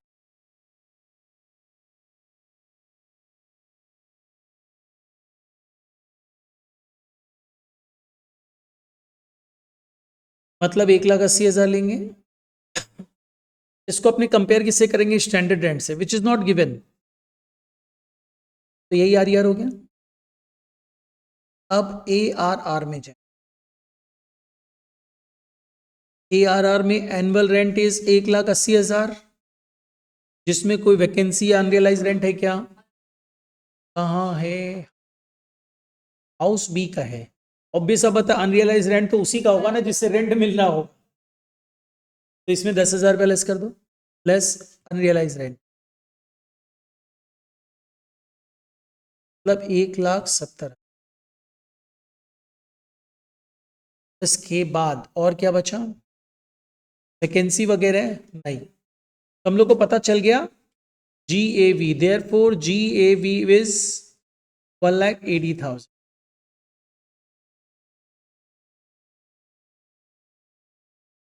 अब अपने आ जाते हैं, एक इंटरेस्ट भी कैलकुलेट कर लो, फिर हम लोग कैलकुलेशंस करते रहेंगे आराम से। इंटरेस्ट के लिए क्या बोला है?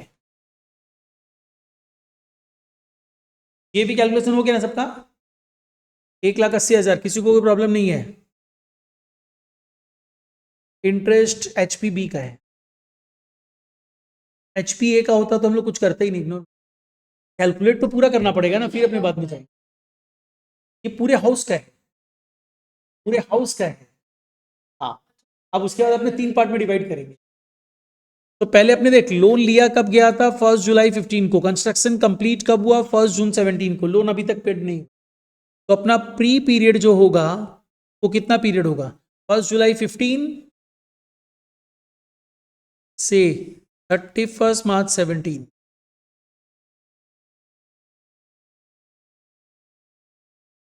21 मंथ्स।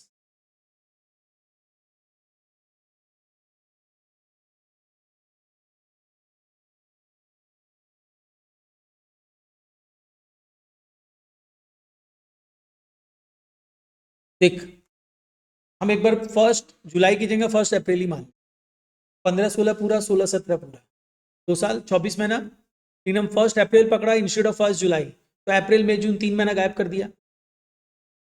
ठीक है, हम अपने हिसाब से कैलकुलेशन बताया, तुम पूरा कैलकुलेट कर। 1 साल और इधर का 9 मंथ्स। हाँ, जैसे भी कर लिए, तो हम इसीलिए बोला ना, हम अपने तरीके से बता दिया। कितना इंटरेस्ट है भाई? 4 लाख, अच्छा 4 लाख,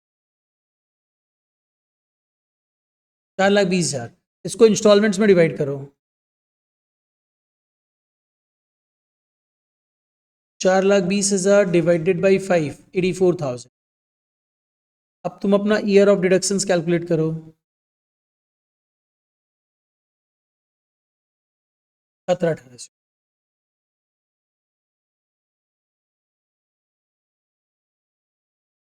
में नहीं है। वो इसलिए नहीं आ रहा है क्योंकि ये प्रीवियस ईयर से अलग था ना, तो हम लोग डेटा चेंज नहीं। हाँ, तो हम लोग क्या अकॉर्डिंगली नहीं आ रहा, तो हम लोग नहीं लेंगे, हमारा प्रीवियस ईयर नहीं आया ना। देखना इस डेटा में नहीं आया ना, अपना प्रीवियस ईयर नहीं लेंगे। पोस्ट अभी तक अमाउंट रीपेड नहीं हुआ है, तो 20 लाख का हमारे पास 2,40,000 पूरा रहेगा।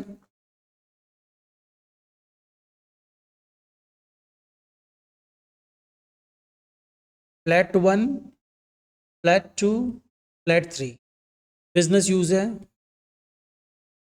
सेल्फ ऑक्यूपाइड है, तो उसका डिडक्शन नहीं देगा ना तुमको इनकम टैक्स। बिजनेस भी चला जाएगा, तो बिजनेस में इसको जो इंटरेस्ट आएगा ना उसके हिस्से, वो बिजनेस में ऐसा खर्चा दिखा। कितना कितना हो गया? 80,000 रुपीज, 80,000 इच।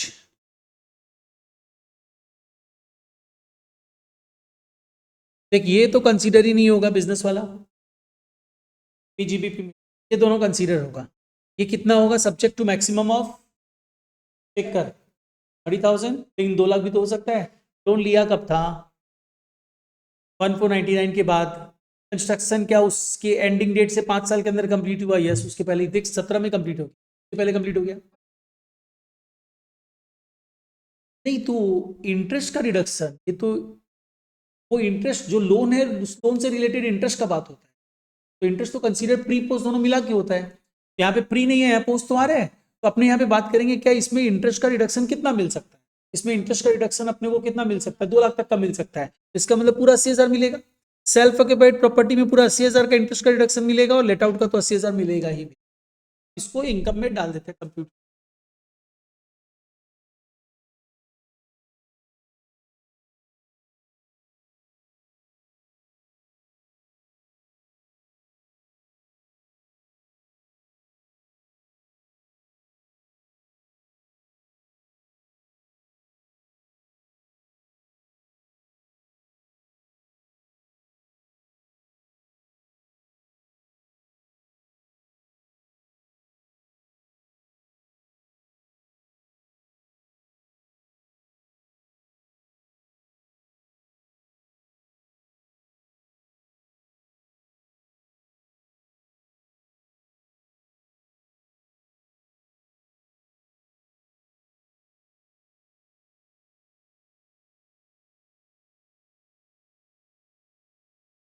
तो भी ले ले कोई फर्क।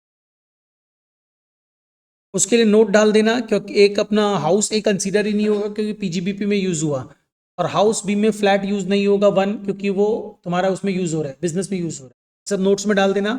और यहाँ पे ले लेंगे income from house property B, self occupied portion.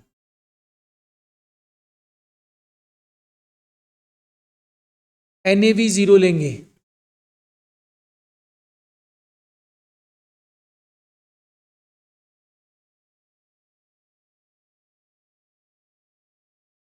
Twenty four का डिडक्शन, सिर्फ इंटरेस्ट और लोन है, और वो भी पूरा 80,000 मिल रहा है।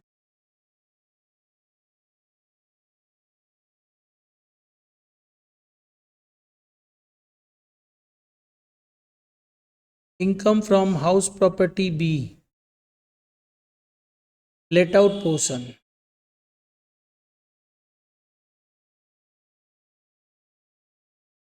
जीएवी 1,80,000।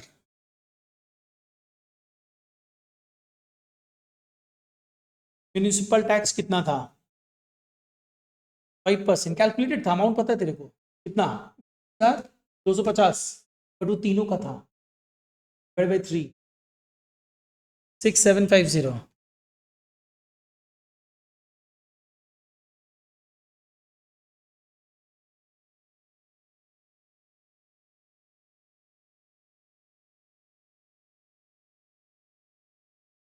हाँ,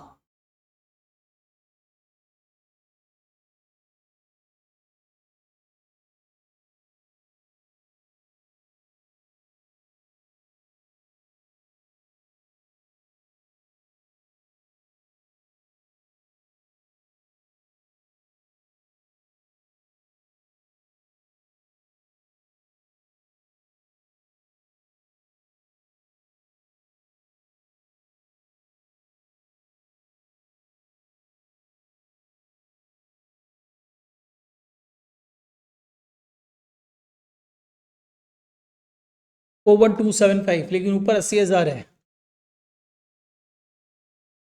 माइनस में।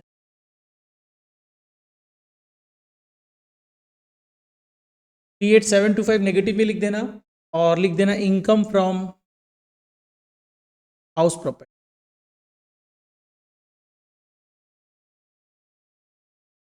हाँ, तो एडअप कर, हाँ हाँ, हमारे एक साथ लिख दिया, तुम अलग से दिखाना डिटेल्स में।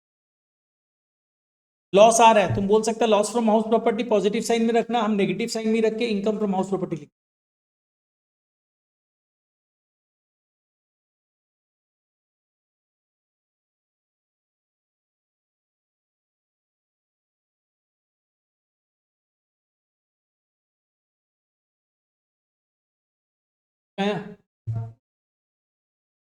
हाँ, notes.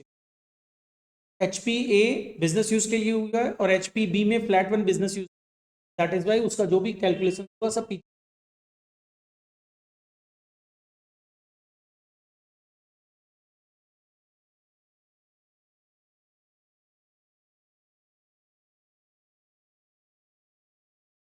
Business flat one is use, so it will be considered under the PGB भी मत लिखना, पूरा लिखना profit and gains of business.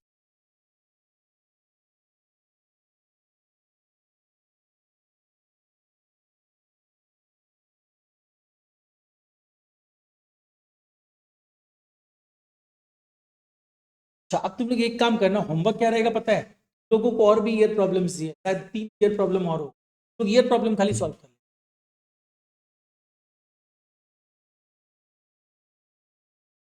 लें।